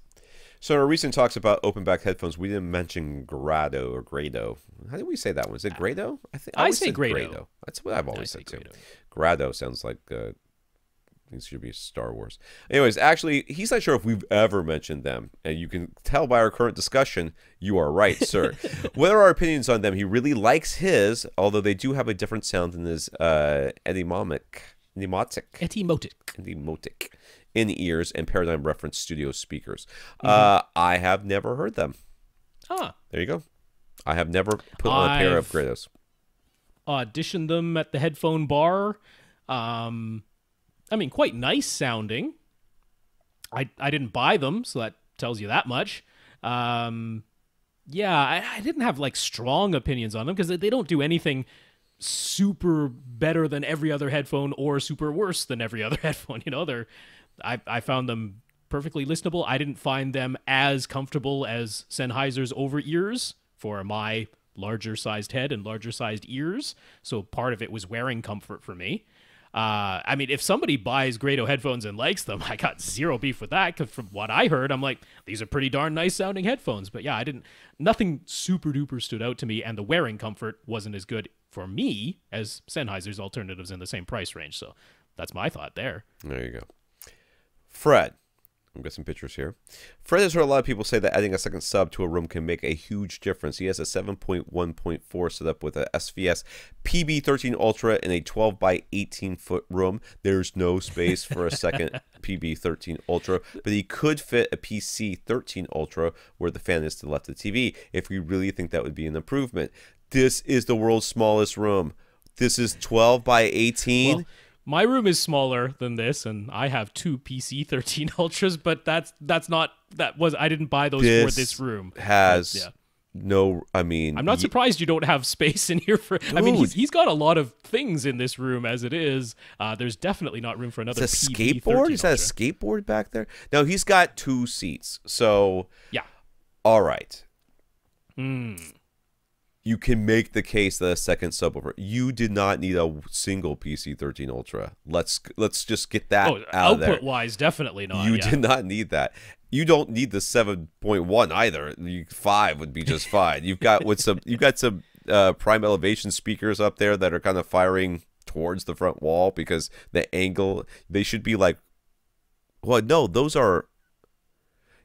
There's some Klipsches. Those are Klipsch. There's Klipsches and there's prime elevation speakers. As this. Those might be Klipsch's Atmos wedge speaker thingies. Oh, I didn't realize. I don't think those are prime elevation things. Klipsch has some wedge. Then he's got the ones right behind his head, which are surround backs, which are complete overkill. Yeah. But yeah, this room, man. If you care about that second, well, honestly, let's be honest here. If you want to have slightly more, if you want to have more even bass across both those seats, you could make the argument for a second sub. It could be a PSB 1000 in this room. Feels like true. It feels like that would be just fine. But you could get a second PC13 Ultra if you really wanted to. I don't know that it's going to make a humongous difference. I'm trying to figure out where he's got these things. He's got one. Where's the other? The piece. Okay, so you would have them both basically in the front of your room. Both would end up being at the front of the room in his case, yeah, because he's got his PB13 Ultra in his front right corner, and then he's saying If he were to get another one, it'd be a PC, a cylinder, and it would go to the left of his front left speaker. So in the front of the room, but not centered in the room, because the whole system is off-center because of where the door is placed. So, I mean, you'd have to be playing with the phase in order to get this all to work. It's going to be a bit of a challenge. We don't know what the response looks like at his 2 seats right now. We really don't know. It could already be fairly linear. It might be a horrible roller coaster for all we know. You've got some sort of table to your back, next to your left. Yeah. Whatever that table is, could you turn that into a sub? Because that would have them continue using it as a table. You could continue to use it as a table, but it would be a sub. That would place them in diagonally opposite corners. You would then be in diagonally opposite corners, and you would maybe gain more benefit from this, if that is an option. Yeah, I have to agree there. Yeah, I mean, just to answer the, adding a second sub can make a huge difference. Yes, it can, but it's primarily about making the bass more uniform across all of your seats. Whereas right now, with the single sub, from seat to seat, you're going to get more variation. And honestly, it's going to make... Yeah, go ahead. Yeah, if you happen to be sitting in a null or a huge peak right now, there's nothing you can do about it. Your sub is where it is, your seats are where they are. You really don't have the latitude in this room to move anything anywhere. So if you happen to be sitting in a null or a peak right now, you're stuck with that. Adding the second sub can get rid of that null or that And that's peak. What I was going to say, basically. That's where we're making the difference. Is that you could realize an improvement of bass at your seat. Because of just making it more uniform throughout the room. You could null, get rid of a null. You could tamp down a peak that your receiver isn't able to accommodate with whatever room correction you're using. So there could be. Do I guarantee that you're going to see a huge improvement? No. I wouldn't even suggest that you would see a huge improvement. People who say things like that. Especially if it's mostly you sitting in just one of those seats most of the time, there might be almost nothing to gain. You'll very rarely hear me say that you're going to see a huge improvement when you do something. I will say that occasionally, but it's pretty rare. Do I think you could experience an improvement in your seat? I would say maybe. Right. I will definitely say that second seat will sound better than it sounded beforehand, especially if you put it in the corner where I just told you to put it in. So yeah, if you can do the diagonally opposite, that'll really help you out. Yeah. Mark, this is on Facebook. So there are older movies that were shot on film that are being converted to HDR, and he's heard about how film always had greater dynamic range all along. So that's how it's possible to go back, rescan film, and get an HDR version. But if films were always shown at 14 to 16 foot Lamberts, where does all this extra dynamic range come from? Is it deeper blacks? Can we please help him make sense of this? I got nothing, dude. This is all Rob all day long. Sure. So we have to talk about the difference between the film that was shot in the camera versus the film that was used to project the image at the theater, because those are two different things. So we're starting with the film that was in the camera originally. It's capturing the light. That's what we're getting.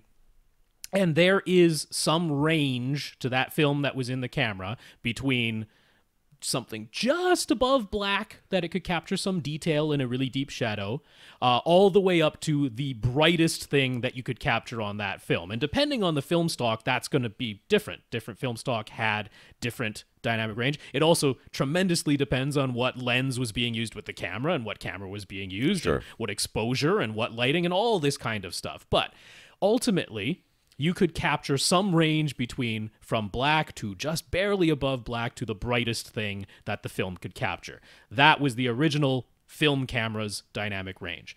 Then we went through the whole process of making the movie and editing it and color correcting it and all this stuff and got it ready for presentation. And the presentation film had a range that went from black up to 50 nits, or about 16-foot Lamberts, about 15-foot Lamberts. That was the range that we had for the film presentation, which meant that whatever you were doing with the movie, you fit it all into that range of light. You fit it all somewhere between 0 and 50 nits. That's what you did for the film presentation. Now, if you go back to the film that was shot in the camera, it might have captured a range from 0 to 200 nits. Maybe that's what the film camera captured, depending on lens and lighting and all that stuff and the film stock. So if you go back and rescan that original film that came out of the camera, there might be more detail in there than what was actually used to make the original movie. You could go back to the camera negatives and say, hey, there's actually extra detail of well above 50 nits. Or maybe when we made the original movie for the film presentation, we had some of this detail up in the highlights, so we lowered that luminance to fit within the 50 nit limit of the original film presentation, but now we don't have to limit it to 50 nits. Now we can let it go all the way up to the 200 that the original film captured because we have these HDR formats. So that's essentially how you explain it. It's what came out of the camera might have exceeded the 50 nit limit that was put there for original film projectors that you would have gone to see in a movie theater. You can remaster it, rescan it, remaster it. John asks, how important is it to feed his AV gear true sine wave power as opposed to a stepped approximation of a sine wave? It's his understanding that APC surge protectors only do stepped. Should this be a concern? I'm going to say no. It's not a concern. I have no idea why, though. I don't see why this is a thing. Yeah, I got this far when I was looking at the questions. My son has soccer every Monday, so I have to sit there and soccer. I'm doing all this on my phone, and some of this stuff I'm like, I'm not looking this up on my phone right now and try to figure this out. When I just know Rob will have the answer. So Rob, fix them. So how coarse are these stepped approximations? Because usually what's happening is it's coming out of a battery. They're using PMW pulse or PWM pulse width modulation to basically just think of it as like pulse, drawing this approximation of a sine wave from the battery instead of just what's coming directly out of your wall outlet. But some of them are super duper coarse at doing that. It's almost like there's a sampling frequency. You can think of it that way. How many times does it pulse per second? With what precision is it able to send out those pulses to approximate the shape of a sine wave? Now, if you're getting something like a J25 or a J35, it's a lot of pulses a second with good control. So the approximation of the sine wave looks a heck of a lot like a sine wave. There's very little difference between this pulse width modulation version of a sine wave and an actual sine wave. And APC does have their S-type that generate a true analog sine wave. There's no stepped approximation going on at all. So they do have that offering if for some reason you're just not convinced. But going to some of the back UPS units, some of the very inexpensive ones that are meant to only drive a computer monitor or something like that, they're pretty coarse. They're pretty coarse. They aren't pulsing very many times a second, and they're not necessarily doing so with a ton of precision. So if you were to look at that, it could be pretty stepped. Could be pretty not smooth in there, which might be the reason why sometimes something like a projector has difficulty using that as its power source. Right. It's like, I need something a little smoother than this. But yeah, if you're going with the ones that are in the home theater series, like the J-type, or especially the S-type, you definitely don't have to worry there. But the J-type, it's a lot of pulses per second with good precision. It looks a heck of a lot like a sine wave. Nothing to worry about there. Shane, this comes from New Zealand. Actually, I think my wife used to have. She might still have relatives that lived there, but they were quite old, like 14 years ago, so maybe not. Anyways, the same town that this guy's from. Shane is building a new house and has permission to build a dedicated man cave for movies and music. The only restriction is that the dimensions can exceed 13 by 14 feet 9 inches by 8 feet. It's a very specific second number there, 13 by 14. Yep, that's what it is. And one small window must be included, located high on the external wall. It's fine. It's probably for code. Yes. Dimensions can be decreased if needed, but not increased. And Shay would prefer that the window be on either the front wall or the back wall so that it won't affect sidewall reflections. Well, you're not allowed to have curtains? You can't have curtains in this room? You can't put blinds up? Anyways, should he orient the room with the display on the long wall or the short wall? He has a 65-inch display now, but he wants to leave adjustments room for a 75 or 80-inch in the future. He used SketchUp to render some layouts. Which option seems best? Okay, so I'm looking at him. We've got the one where it's on the short wall. Yep. And so remember that one of these dimensions, the largest it can be is 13 feet. The other one can be 14 feet 9 inches, which isn't tremendously different, but it's the one is wider. So he's like, should I make it 14 feet 9 inches long and only 13 feet wide, or should I make it 14 feet 9 inches wide and only 13 feet long? What do you think, Tom? I would go with a small wall, to be honest with you. I mean, I can make the case the other way, and I mostly just want the space behind me so that I can have. I just hate the idea of having your chair near that back wall. Causes for me way more problems. Right. You killed surround back speakers for sure. That's gone. You may not be able to have them in this room anyways, but that's okay. But a lot of times, I think it can still be done. Well, sure, it can still be done. Well, let's say he gets a 75-inch screen at some point, right? Yeah. With a 75-inch screen, I'm going to suggest you sit 7 feet away from that. Eyes to screen, 7 feet away. That's right smack dab in the middle of that room. Potentially. Yeah. But let's say you're 7 feet away, and there's going to be some distance from the front wall to the front of the television. It's not literal. Well, I guess you could get the wallpaper OLED, but even if you did, I mean, it might be just a couple of inches, that. though. You're talking about like now you're 7 feet 4 inches away from the thing. Yeah, or 7.5 feet. Let's say you're 7.5 feet from the front wall. Now, I'm thinking just seating wise, because he's not putting 2 rows of seats in here. Right. If your room's only 13 feet wide, right, like 3 seats across, that's about as much as you can do. Whereas if it's almost 15 feet wide, you could do like a 4-seater couch. You probably can't do 4 recliners. He's got a picture of a side. 2-seater couch in here. Well, that's just a rendering, though. How do you know? Maybe that's all he wants. No, he mentioned in his email he wouldn't mind being able to fit more seating. You have to put that information in here so I'm dealing with the same thing you are. Yes. So I'm thinking make the room wider than long in this case, because it's not tremendously different either way, but make it as wide as you can. So maybe you can fit a 4-seater couch in there. That would mean it's 13 feet long from front to back. If you're 7.5 feet from the front wall, that's 4.5 feet from the back wall? That's enough. It's enough.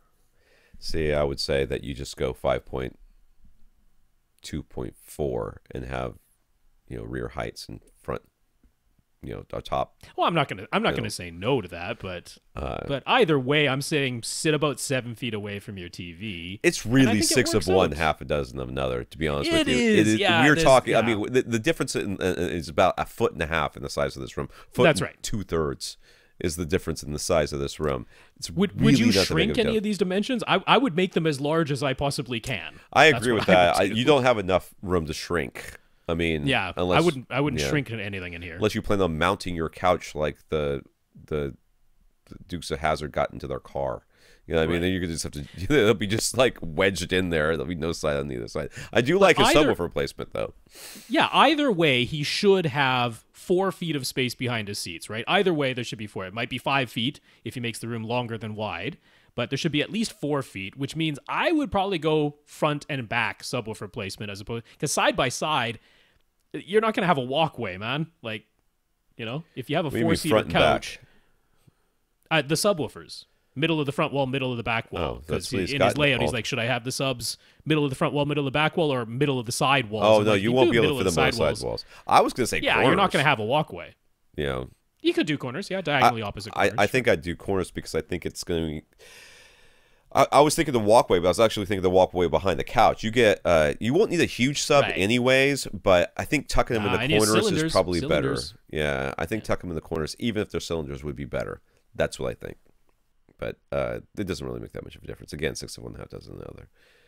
Christopher is thinking of snagging a 4K HDR TV during their Black Friday sales. Assuming those are going to be around. If he does, you have to upgrade the sources as well. And since he's gotten used to a voice control of his media gear with his Xbox One, what is he using? The Kinect? Is that how he's doing it? Yeah. Or you can use the chat headset now. Do same thing. He's considering the step up to the Xbox One S or X. Both of these offer UHD Blu-ray playback. But do we think there's any chance of them getting Dolby Vision support or for either UHD Blu-ray or the streaming apps anytime soon? And just to be sure, his Denon AVR X4300H can pass through Dolby Vision, right? The last part is yes. Yes. The second part is I don't believe anything Microsoft says. So if they say they're going to do it, bring about Atmos. They brought that in. Yeah, but do you know how it works? Because as far as I can tell, if it's 2-channel, it's just like getting multi-channel 7.1 in, and it doesn't separate anything out. It doesn't give you 2 channels so that you're set everything to bitstream output. I did that in the 3 different places where you can set it. I did it. I did it. It's the terrible. It's not well implemented. No, it doesn't work right. It upmixes. It attempts to upmix inside of itself. It does, right? and then but it doesn't give me half the time. Half my speakers aren't doing anything. Yeah, I'm like there's been stuff I've watched, and it's coming out of the center channel, and that's it. No other speakers in this room, except for the subwoofers, which the receiver does, are engaged. It's terrible. So I would honestly, and I'm considering this for myself. Believe me, I'm hoping Santa's going to bring me a UHD old Blu-ray player, simply because I am tired of using that Xbox to do this. I am tired of it because it doesn't do stuff the way I want it to do it, and it drives me nuts. So yeah, I can kind of see that. No, get something else. Get one of the ones we talked about earlier, the Sony or the Oppo or the LG or the LG even. Yeah. I'm not. I mean, my parents have that LG. Doesn't instill a ton of confidence. This second one is starting to make a little bit of noise now, like the first one did. So I don't think the build quality on them is super duper high. But it's your only other choice for Dolby Vision support. Unfortunately, it's hard to say go get an Oppo at $550. It's really hard to say that, honestly. I love Oppo too, but they're really there. But you know when you're like, but more Ultra HD Blu-ray players are going to come out any day now. Yeah, but $550, that sort of quality that you're getting for Oppo, right, is what you would have spent like $3,000 from Denon or Marantz or Cambridge Audio or any of these guys, and you could still probably spend that and get lesser quality than what you're getting out of the Oppo. The Oppo is a tremendous value. It's just $550 for most of it you would never use. So, but do I think the Xbox One S or X might be getting Dolby Vision support? I think it might. I think there's a fair amount of chatter about it online. It's something Microsoft is aware of. There's probably going to be a charge for it. Like you're probably going to have to download an app that you have to pay for because that's the only way they can force you to pay for it, because there probably will be a charge for it. I think it will happen, but soon, that I don't. I mean, well, your definition of soon, right? Is it Emotiva soon? Then yeah, sure. But, that AV spans 1, 2, 3 years. soon. So, but I do actually think, I do suspect it'll come for Ultra HD Blu-ray and probably for streaming support as well, because they did it for Atmos. So yeah, I think it might, but probably not soon. Kevin. This comes from Facebook. Kevin wants a sound bar for his living room. He'll be using it for TV and to play some music from an Echo Dot. His available options are the Yamaha YAS207, the Samsung HWM550, and the Sony HTCT180, or a refurbished Vizio that he found on Groupon. Any of those stand out as the best option. Yes. I would go with the Groupon one.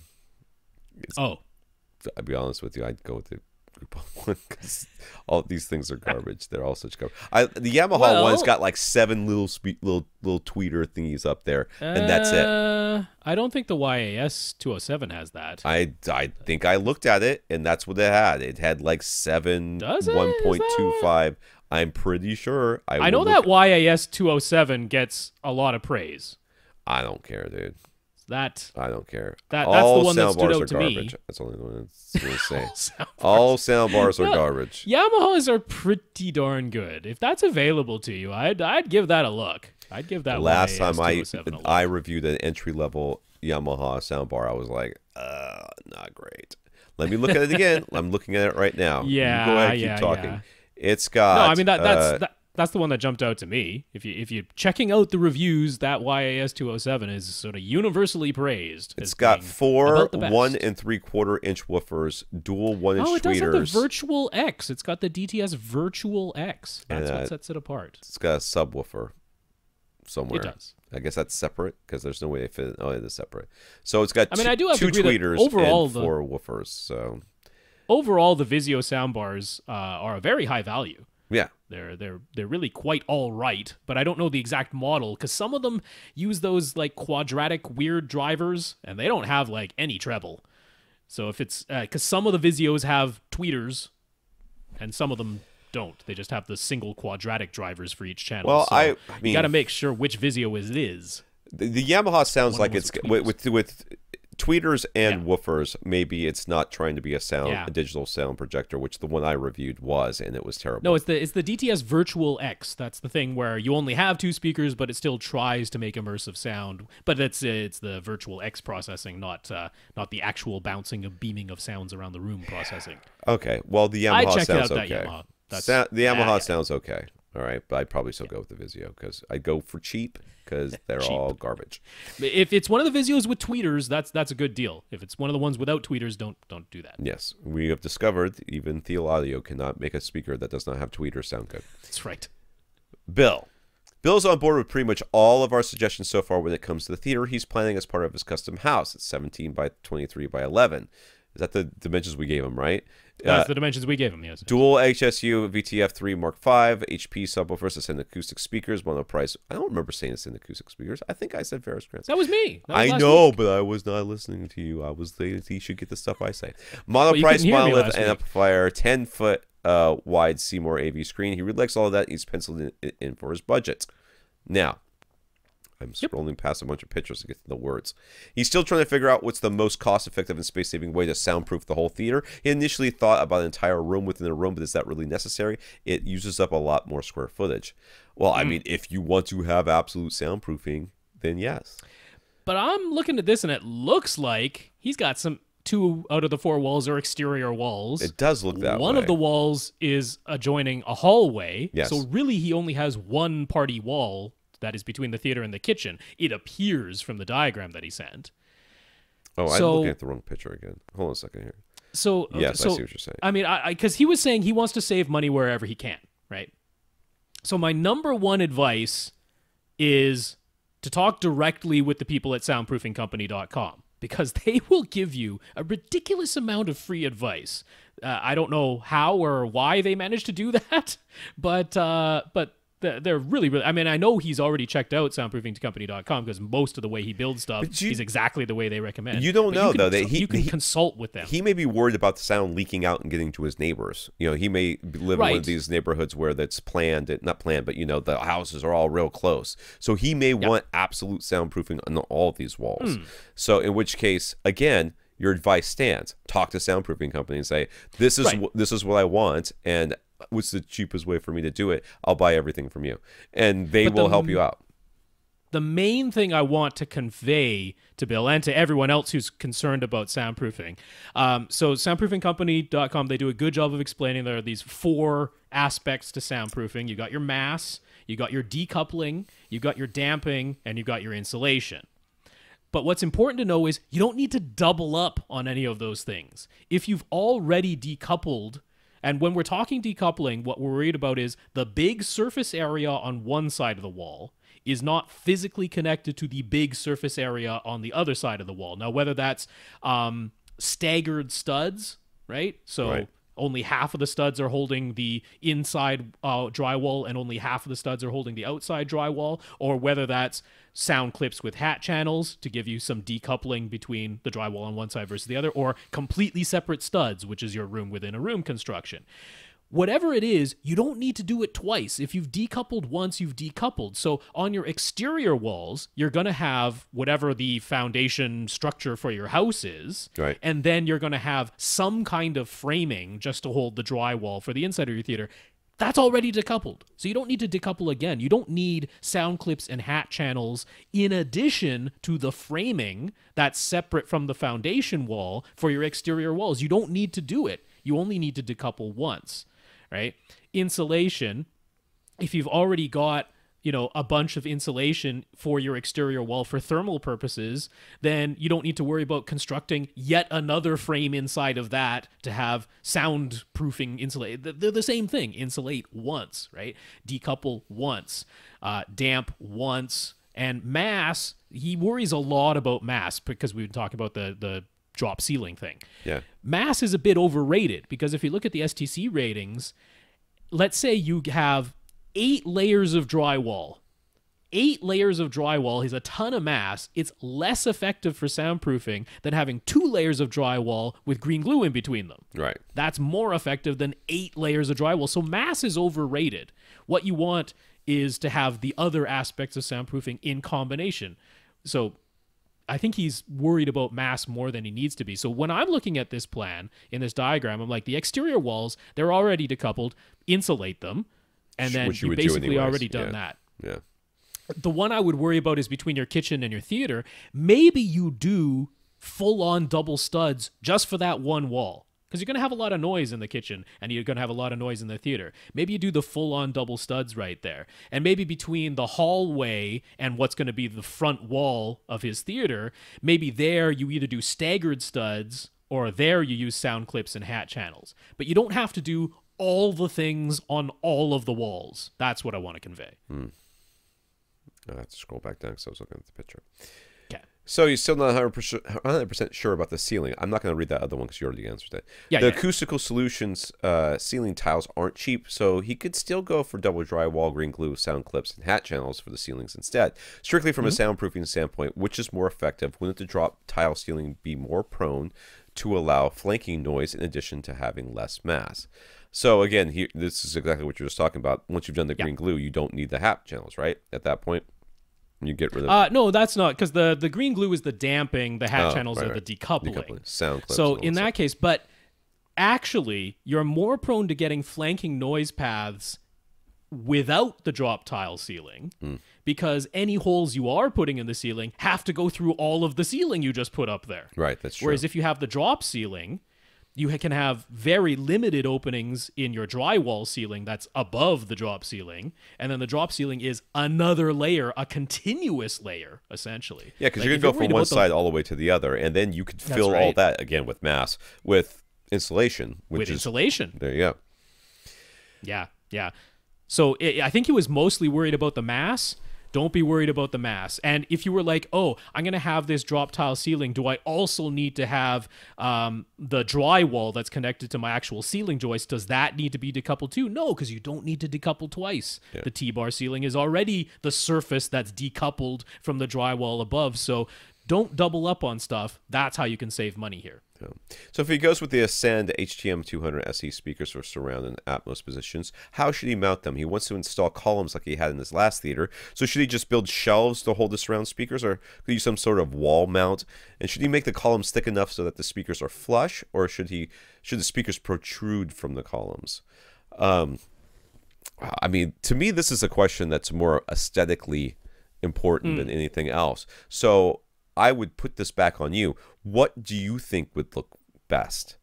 Because, unlike me, and in some cases, Rob, you're not going to be switching up your gear all the time. You're going to buy this stuff, you're going to put it up there, and it's going to be it.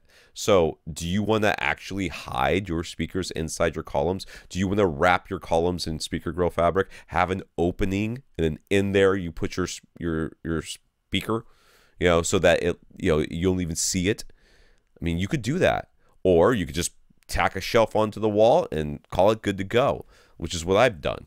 I haven't even finished painting in here, and I can't seem to care enough to do it. So, I mean, there's all the way. So what you don't want to do is put anything between your speaker and you that blocks the sound. As long as you don't do that, you're fine. Yeah, the HTM200 SEs, they actually come standard with 2 screws, 2 mounting screws already installed in the back. They have the threaded inserts. They've already got the screws there. So basically any speaker wall mount that is a 2-screw design can work for that. Or you can just attach a metal plate to the thing or a wood plate or whatever you want to do. They've got the two screws, the two threaded inserts already there as part of the speaker. Right. So there's a gazillion different ways to mount them. You know, they over at Ascend they used to recommend Omni mount, but I don't know what's happened to Omni mount. You can't find them anymore. But, yeah, I don't know. You know, Video Secu, Sanis, any of the other places that make speaker wall mounts, they all have something that could work if you just want a traditional wall mount. Now, if they're going to be your surround and your surround back speakers in these columns, I'm like, yeah, you could just build yourself a little shelf in that column, holds the speaker, you're done. Yeah, Not and that's what I was saying. I mean, like, wrap that little opening in fabric, you know, acoustically transparent fabric, and then just take the speaker grills off of your speakers. Yeah. You know, and you're right back to where you were as far as whatever attenuation that you would have gotten from the speaker grills themselves. And Bob's your uncle, you're done, and you can't even see your speakers. I like that real clean look, man. If you can get away with it, do the clean look.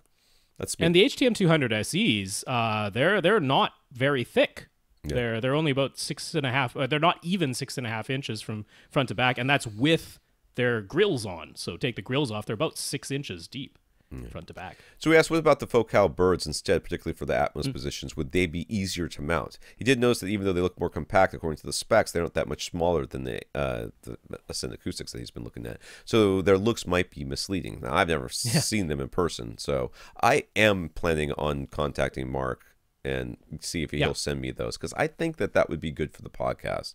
I mean, I know that I've already got the SVSs, and I would love to have some more prime elevation speakers, but I think it would be better for the podcast if I heard these other speakers. So I think I'm going to do that. Sure. But I have to. I mean, I can vouch for the Focal birds matching very nicely, especially as Atmos speakers, where it's far less critical. With Ascend's speakers, I've recommended them frequently. That's kind of where this whole thing came from, Focal birds and Ascend speakers. So are they easier to mount? Well, they come with the mount, so that much is easier. You don't have to buy any sort of separate mount. So in that sense, yes, they're that much easier. Yeah, if you're more comfortable because the mount's already there and it's swivel mount, so you can, if you want to aim them, you can, whatever, easy to move around. Yeah, that's an easy recommendation. The HTM 200 SEs, though, as long as you get some kind of mount that screws into the two threaded holes that are already there, you can move them and swivel them just as much. It'd be a separate purchase. So for positioning his front, left, and right main speakers, should they go inside the frame of his screen or outside? Too narrow, too wide? What's the best positioning?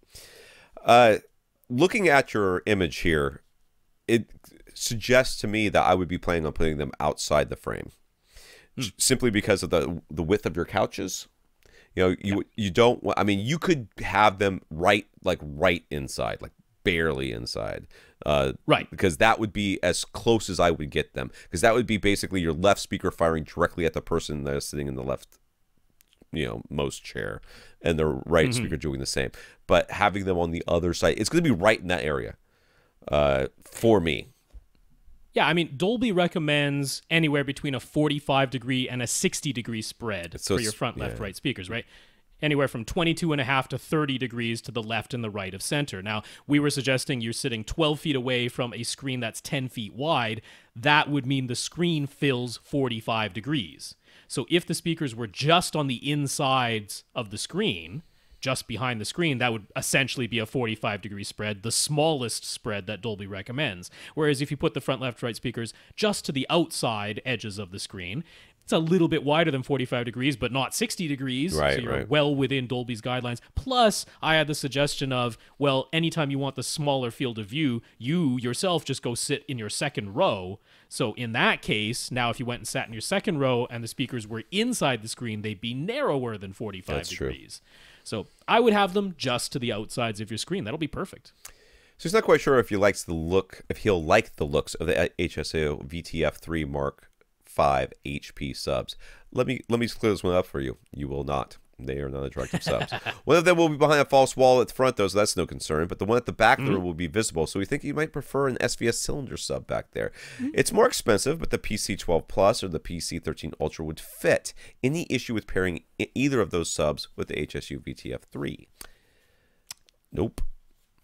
I mean, you're more worried about pairing it with your room than this. Because these are all capable subs, so what you don't want to do is buy a cylinder that's too small for your room.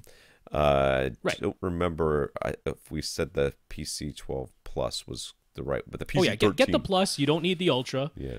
The Plus is basically got the same output capabilities as the HSU VTF3 Mark V HP. They're very comparable.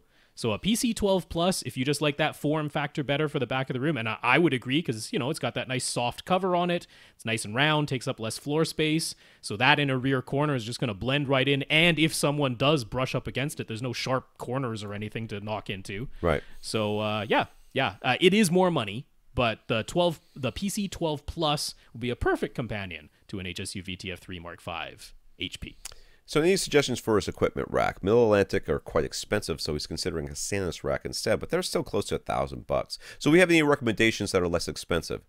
Yeah, dude, you're building a whole room and you can't build a couple of shelves that you can... You could just do that. I mean, I cannot fathom how you couldn't just DIY this thing. Or if you're not DIYing it, have your contractor or whoever the person is that's building this thing say, listen, I want some shelves that I can put these things on that come out, sliding shelves, and I cannot imagine that you can't get that done for less than $1,000. I would have this custom. The thought of this not being custom doesn't make sense any sense to me whatsoever.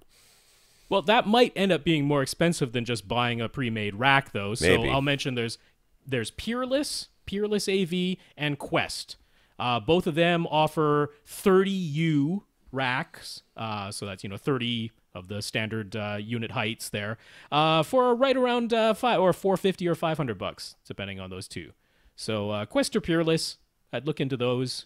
Those are alternatives to Sanus, and certainly from Middle Atlantic is expensive. They're really nice, but overkill for AV equipment, I think. So, yeah.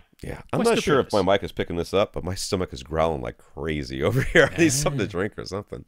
So last but not least, he asks, how much do we think he should budget for a projector? He wants compatibility with 4K and HDR, but he'd be okay with a Wobble K model as long as it still looks really good. How much should he anticipate spending on the projector? When is this project supposed to be done? About 9 months from now. 9 months? I want to say $3,000. Maybe. What would he be getting with $3,000? Yeah, I know. That's the thing. That's me being optimistic that 4K prices are going to come down, because I think you can get Wobble K right now for about $3,000, right? I mean, he could certainly get the Epson at that price point. Yeah. The 5040 UB, but I mean, given how much effort you're putting into this theater, I'd like to go a little bit higher than the 5040 UB. Yeah. I would tell you, budget $4,500. If you could budget $5,000, so much the better, because that's for sure going to get you something awesome. But budget $4,500. I would like to see you get one of the JVCs, and in particular, not the entry-level one. So there's like the RS420/X550, or now the RS440/X570. Those are JVC's entry-level ones. I'd like to see you go to their middle one, which would be an RS520 or an RS540, also known as an X770 or X790. I'd like to see you get into that model range, because those are the ones that have the full wide color support, the full DCI color support, a little bit brighter for their HDR. I mean, those are super nice. So the retail price on the X790 right now, that's the newest model right there, the retail price on that is $6,000. And I know people are already getting them for around $4,700. Some places are already selling them for around that price. So keep it right. Yeah. Keep your fingers crossed. But maybe an RS520, that's not out of the question, because that's going to be almost 2 years old by this point. That's not it, but I would say if you can budget $4,500, I think you can get this done with a super nice projector. For our last question, we're going to go to Anonymous here. They asked... can we not do Mark's? No, we're done. I am falling asleep, and my stomach is growling. So many questions left. Life is full of little disappointments. We'll get to them. Everybody's question gets answered. This is how this is going to go. Anonymous, Christmas is fast approaching, and Anonymous wants to buy a home theater-related gift for someone. They've already upgraded subwoofers, speakers, AV receiver, TV, and an Ultra HD Blu-ray player. So it seems like most of the big-ticket items have taken care of. What are some good gift ideas to keep the home theater train rolling? The things I'm thinking of buying for people are the Echo Dot, which is a huge hugely popular thing. If I would also, if you're thinking about buying them subwoofers, then clearly you've got money to spend. How about $900 for one of these things? No, a speaker to go with it is not a bad idea. Like a Bluetooth portable speaker that's good. I mean, that sounds good if they care this much about that stuff, but they may just want to hook it up in their home theater to control stuff. Right. That's the thing that initially came to my mind of stuff that I would consider. You could, if they're into home, if they're like tweaking things and stuff like that, you could get the UMic one from Cross Spectrum Labs and Room EQ Wizard, which is free. So just give them the microphone and then explain what to do. Her, maybe, I don't know. And they would probably love you for that. Those are the two things that came to my mind. Three. So I first of all just wanted to say that I loved this email. I really enjoyed this email. And so we're not saying the person's name because we don't want to reveal who's buying what for whom. So that's why it's anonymous. Okay. But I just wanted to say I really love this email.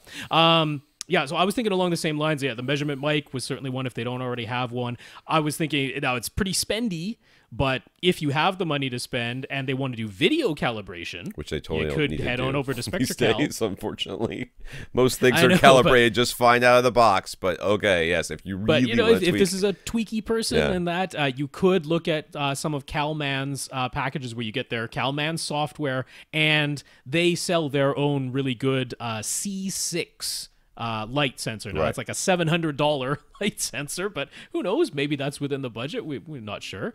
Now, I don't know what you're using to control the home theater. Do you already have a Harmony Hub? Right, that would be good. Because it'd go very well with your Echo as well. That's right. Yeah. Those subwoofers, are they decoupled from the floor? Because if not, some isolation feet, subwoofer isolation feet, that can be a nice little upgrade. SVS sound path isolation gift feet as well. Yeah.